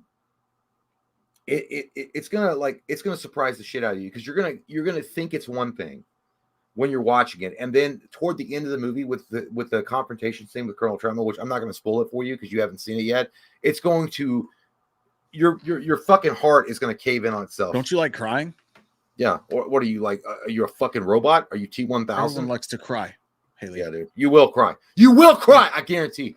Guarantee. Yeah, got to do it. At least the first Rambo, at least Rocky 4, at least Goodfellas. Godfather 2, don't just jump into Godfather 2, all right? Don't willy-nilly Godfather 2, all right? Take a space out in your day, maybe a whole weekend, maybe a snowy weekend. Start at the first Godfather. You should watch all 3, but you know what? If you want to stop after 2, no one's gonna come over your house and arrest you for not watching Godfather 3, all right? It's gonna be okay. I think you have to watch Rambo though. You have to. Absolutely. First Blood, you got to watch that movie. Yeah, I agree. Love you, Haley. Got to do it. Let Colton show you the way. It's going to be a beautiful time for you both. Wild Willie. And by the way, when you watch Goodfellas and Godfather, eat some spaghetti. It's not racist, Jay. Spaghetti. To eat spaghetti while you watch Godfather. I'm just saying, like, that's the way the world we live in. Spaghetti. It's true. But me and Kay used to, every Sunday night when the Sopranos come on, we would make a big old plate of spaghetti, drink some wine, watch Sopranos. That's fine. There's nothing wrong. Was that right after or before you went to the Ku Klux Klan meeting? It was in between. Wild Willie, Wyatt Russell. and Milo Tango Cash. I could see that. I hate it. So shut up. Milo Ventimiglia. He could like he looks like a smooth selling motherfucker, and he's a little skinny. Wyatt Russell, not a great actor. Yeah, it wouldn't work. Wyatt Russell, I think he's a good beginner actor. I don't think he doesn't have the same. Listen, Cash, specifically Kurt Russell, has such a charm in that movie. It's just hard to find it. And Wyatt Russell, even though he's his son, I mean, look at Clint Eastwood's son. He can't act worth a shit. That's not true. I thought he was great in Bubbles. You did? Good for you. I didn't see I don't know what Bubbles is.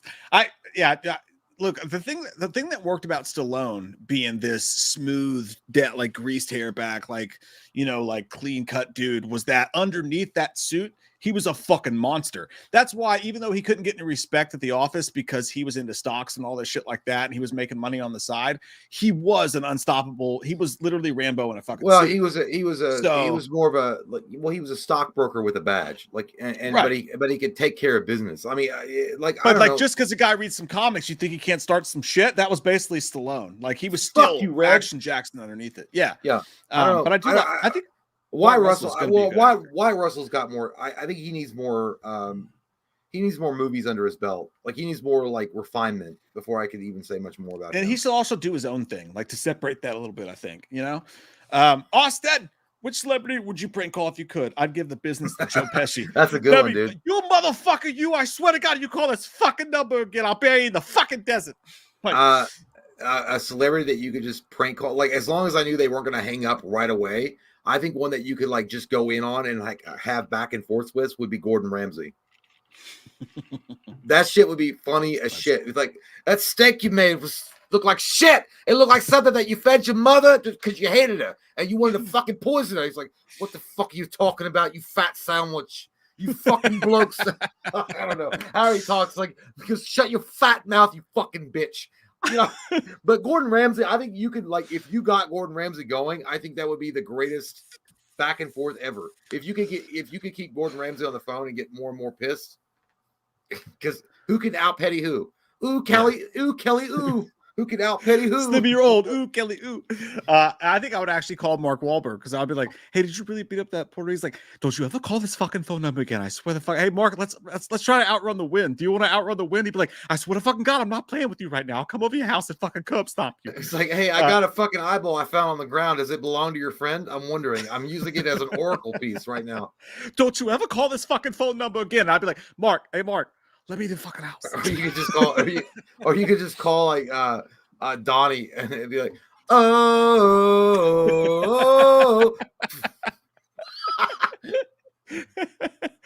Oh shit! Hey, Mark, what do you want? It's like, this is my mic stand and I'm taking it. He's like, don't you ever say another kind word about that. Oh shit. Yeah. DJ Graham, what do you think about William Zabka as Cash? He plays a good guy. Dude, I don't think he's got the action enough. Like, William Zabka, is that the guy from yeah, Cobra Kai.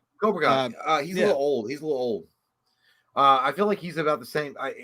He's about the same age as yeah, he's too old. I like the mentality though. Like, I think he would be great. Yeah, he would be able to work that really well. I think he would work better in a remake of what's that Patrick Swayze, Keanu Reeves, Point Break.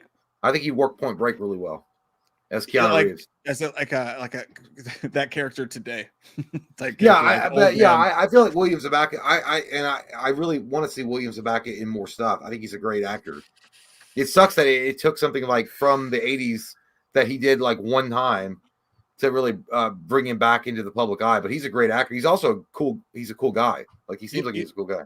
I don't know why this just popped into my head, dude, but I think it would be funny as fuck to see William Zabka get hired as a Ghostbuster, but be shitty at his job. So, like, dude, that's so fucking weird. I was literally thinking about him being a Ghostbuster. Yeah, like he's hired. He's the Winston character who gets hired on after they get successful, but he sucks, and they're giving him shit. He's like, "What do you want me to do? I don't know how this fucking thing works." And then Daniel LaRusso would be like, Macchio would be like the Ray.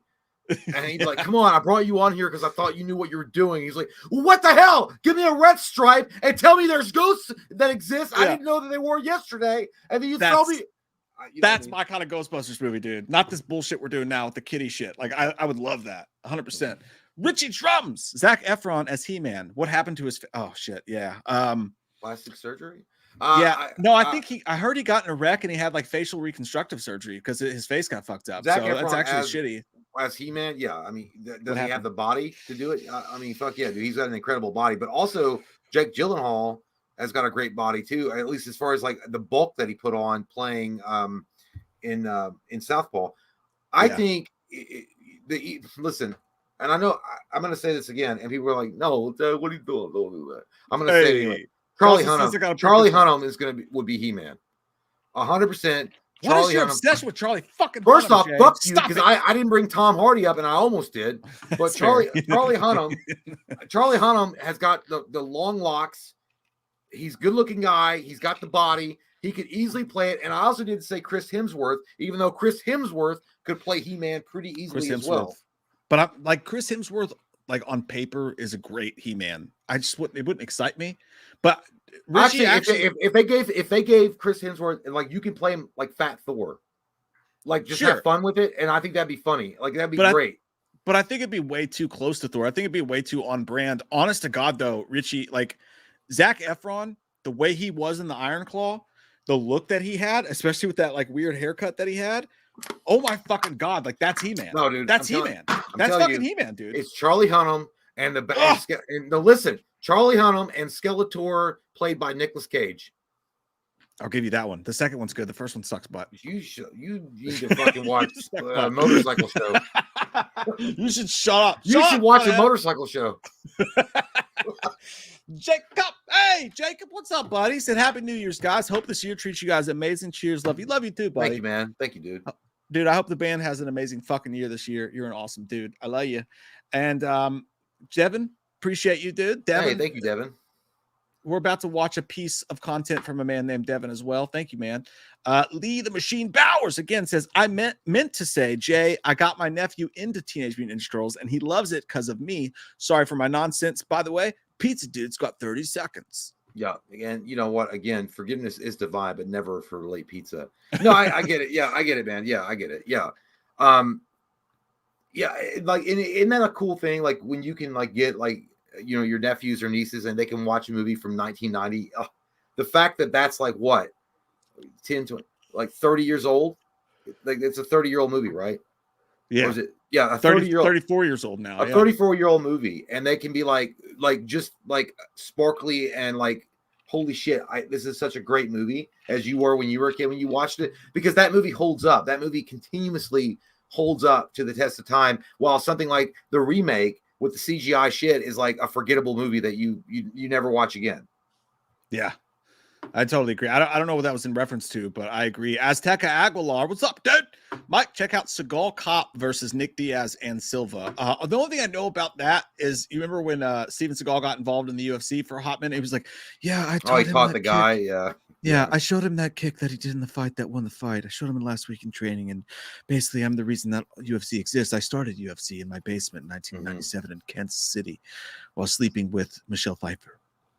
Yeah. That's well, you know, it really sucks, dude, because Seagal was like a childhood hero, and he's such a joke. Like, he's such a show. Like all the shit that came out afterwards, and like he's such a fucking liar, dude. Like, he's such a liar. It's unbelievable. D-Land, it's an elf bar. He said, Mike, what? It's like the third time there. He's like, Mike, what the fuck are you puffing on? I swear to God, it's an elf. It's a little vapey vape. Oh, McRaperson. They're good. They're good. Don't start smoking if you don't. But if you do, that's better than cigarettes. Let us finish tonight's show, my sexy fucking friends. And Jim, hella, go away. Stop it. Go. Be gone from here. Get out of here, Swan. Stop looking at me, Swan. We're gonna watch this together. This is, if Jay and I ever get together and watch videos, like, I'm pretty sure we've watched this 27 times together. It's one of the funniest fucking videos on the goddamn internet. Yeah, dude. And by the way, in Iron Claw, Will Ferrell should have played Ric Flair. He's got the suave and he's got the style. Look at that. That looks like fucking Ric Flair, dude. That looks like Ric Flair. Not the guy they got. That guy. That's the guy. Like, when I think of Ric Flair, Will Ferrell should have come out as fucking Ric Flair, dude. Dude, that's 100% the fucking truth. I'm gonna make sure I have the sound on real quick here. Well, you're by the way, absolutely Iron right, Claw, dude. we reviewed that. That's a fucking 9. I think we gave it a 9.0 or 9.5, 8.0. Yeah, I don't know. Iron Claw ruled. But that dude, guys, tell me, does Will Ferrell not look like fucking Ric Flair? Tell me he doesn't. Yeah, dude. He does. Yeah, and the way he acts too. Exactly. Ric Flair, dude. All right, y'all take in this 3 minutes and 27 seconds with us. This is gonna be great. If you haven't seen this yet, it's gonna blow your I got a thing. Try not to laugh. You can't laugh. If you break it, you lose, and then you have to admit you have a small dick. Impossible. Not us, because we've seen it, but you don't laugh. You can't laugh. Okay.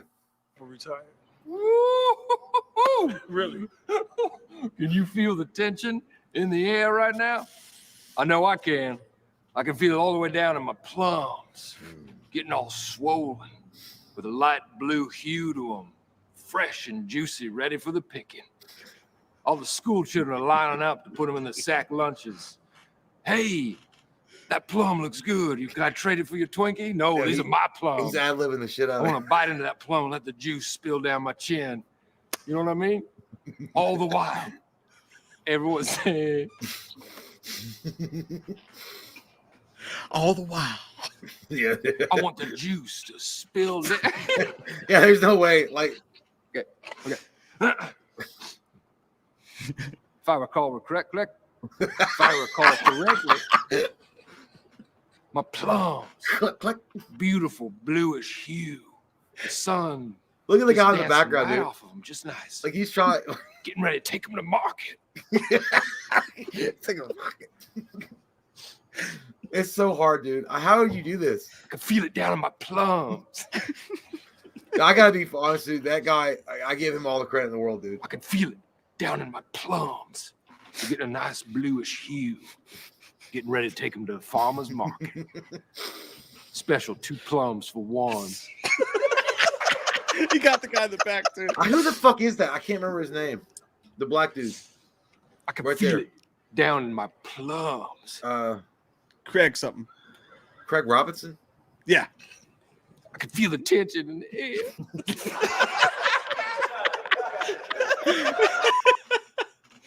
I told my wife, Beverly, when I was on top of her. He's too close. He's too close to your fucking face, dude. Motherfucker, don't laugh. He didn't even surprise like being like, don't laugh, motherfucker. When I was on top of her, making intense, painful love. There's no way, dude. There's no fucking way. Consider it done. Because you can hear, you can smell his breath. You can feel the wind. Listen to me. I'm gonna be real honest with you right now. This moment came to me in a dream about a month ago. I was making love. My wife Donna Change your on name. top of her, thrusting away. A sultry, hot evening. All the windows closed. The heat turned up to about 82, so it gets sweaty and hot. My hips thrusting down on Donna, her trying to get away because she does not like it.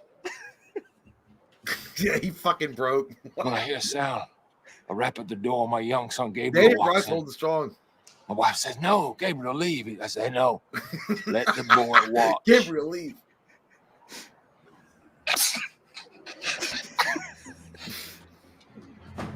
Let the boy watch. He needs to learn the way I learned from my father. The way he learned Yeah, from Danny's his like father. fucking that up there. Dude, I mean, Oh, like, God, how do you dude. do it? How do you fucking do it?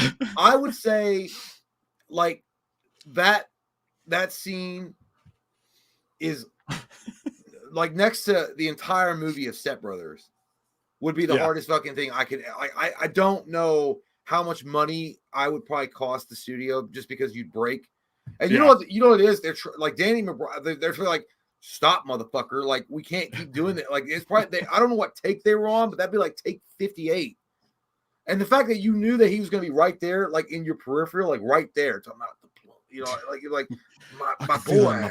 I told the Gabriel, it's send the boy away, and I was like, no, let the boy. And he's like breathing, and you can feel it, and you know he's right there. Dude, so many people in the chat were like, I lost. Yeah, I mean, there's no way. I mean, I don't know. I mean, that'd be a fun. Maybe we could do a video like that in the future. I don't know, like try not to laugh or something. I don't know, like if we do try not to laugh, you know, and then you have to take a shot if you laugh. Send us. I'll put the email down there. Send us the funniest videos you can find. Whatever the funniest video is, like your go-to funny ass video. If they can, they got to be short, like a minute, 2 minutes tops. Yeah, like funny memes, funny whatever. It doesn't matter. Send us an email and maybe we'll do a show where we try to do us not laughing or whatever. But guys, that was a fucking blast. It always is. It always is. Deep down in my plums. Where's my wife Donna? A bluish shoe. She's trying to get away because she does not like it. Oh fuck. Hey, we love you guys so much. Thanks for making tonight fun as you guys always fucking do. Sure. And no streams the rest of this week. Patreon's Saturday night, 9 o'clock. Be there. I'm gonna have the windows down. The heat turned up to about 82. You guys want to get sweaty and nasty. Come on down. Nasty. But we will see all of you guys next week. Love your fucking faces. Good night. Good night, y'all. See you soon. Bye-bye. With my wiener. Not dripping with butter. I'm gonna drip on it. I'm gonna lick it. Yeah. From the shaft to the tip. And then I'm gonna drink its juices down like a Capri Sun on a hot winter's night. And then, oh, Jay's gone. Hey, I'm gonna suck your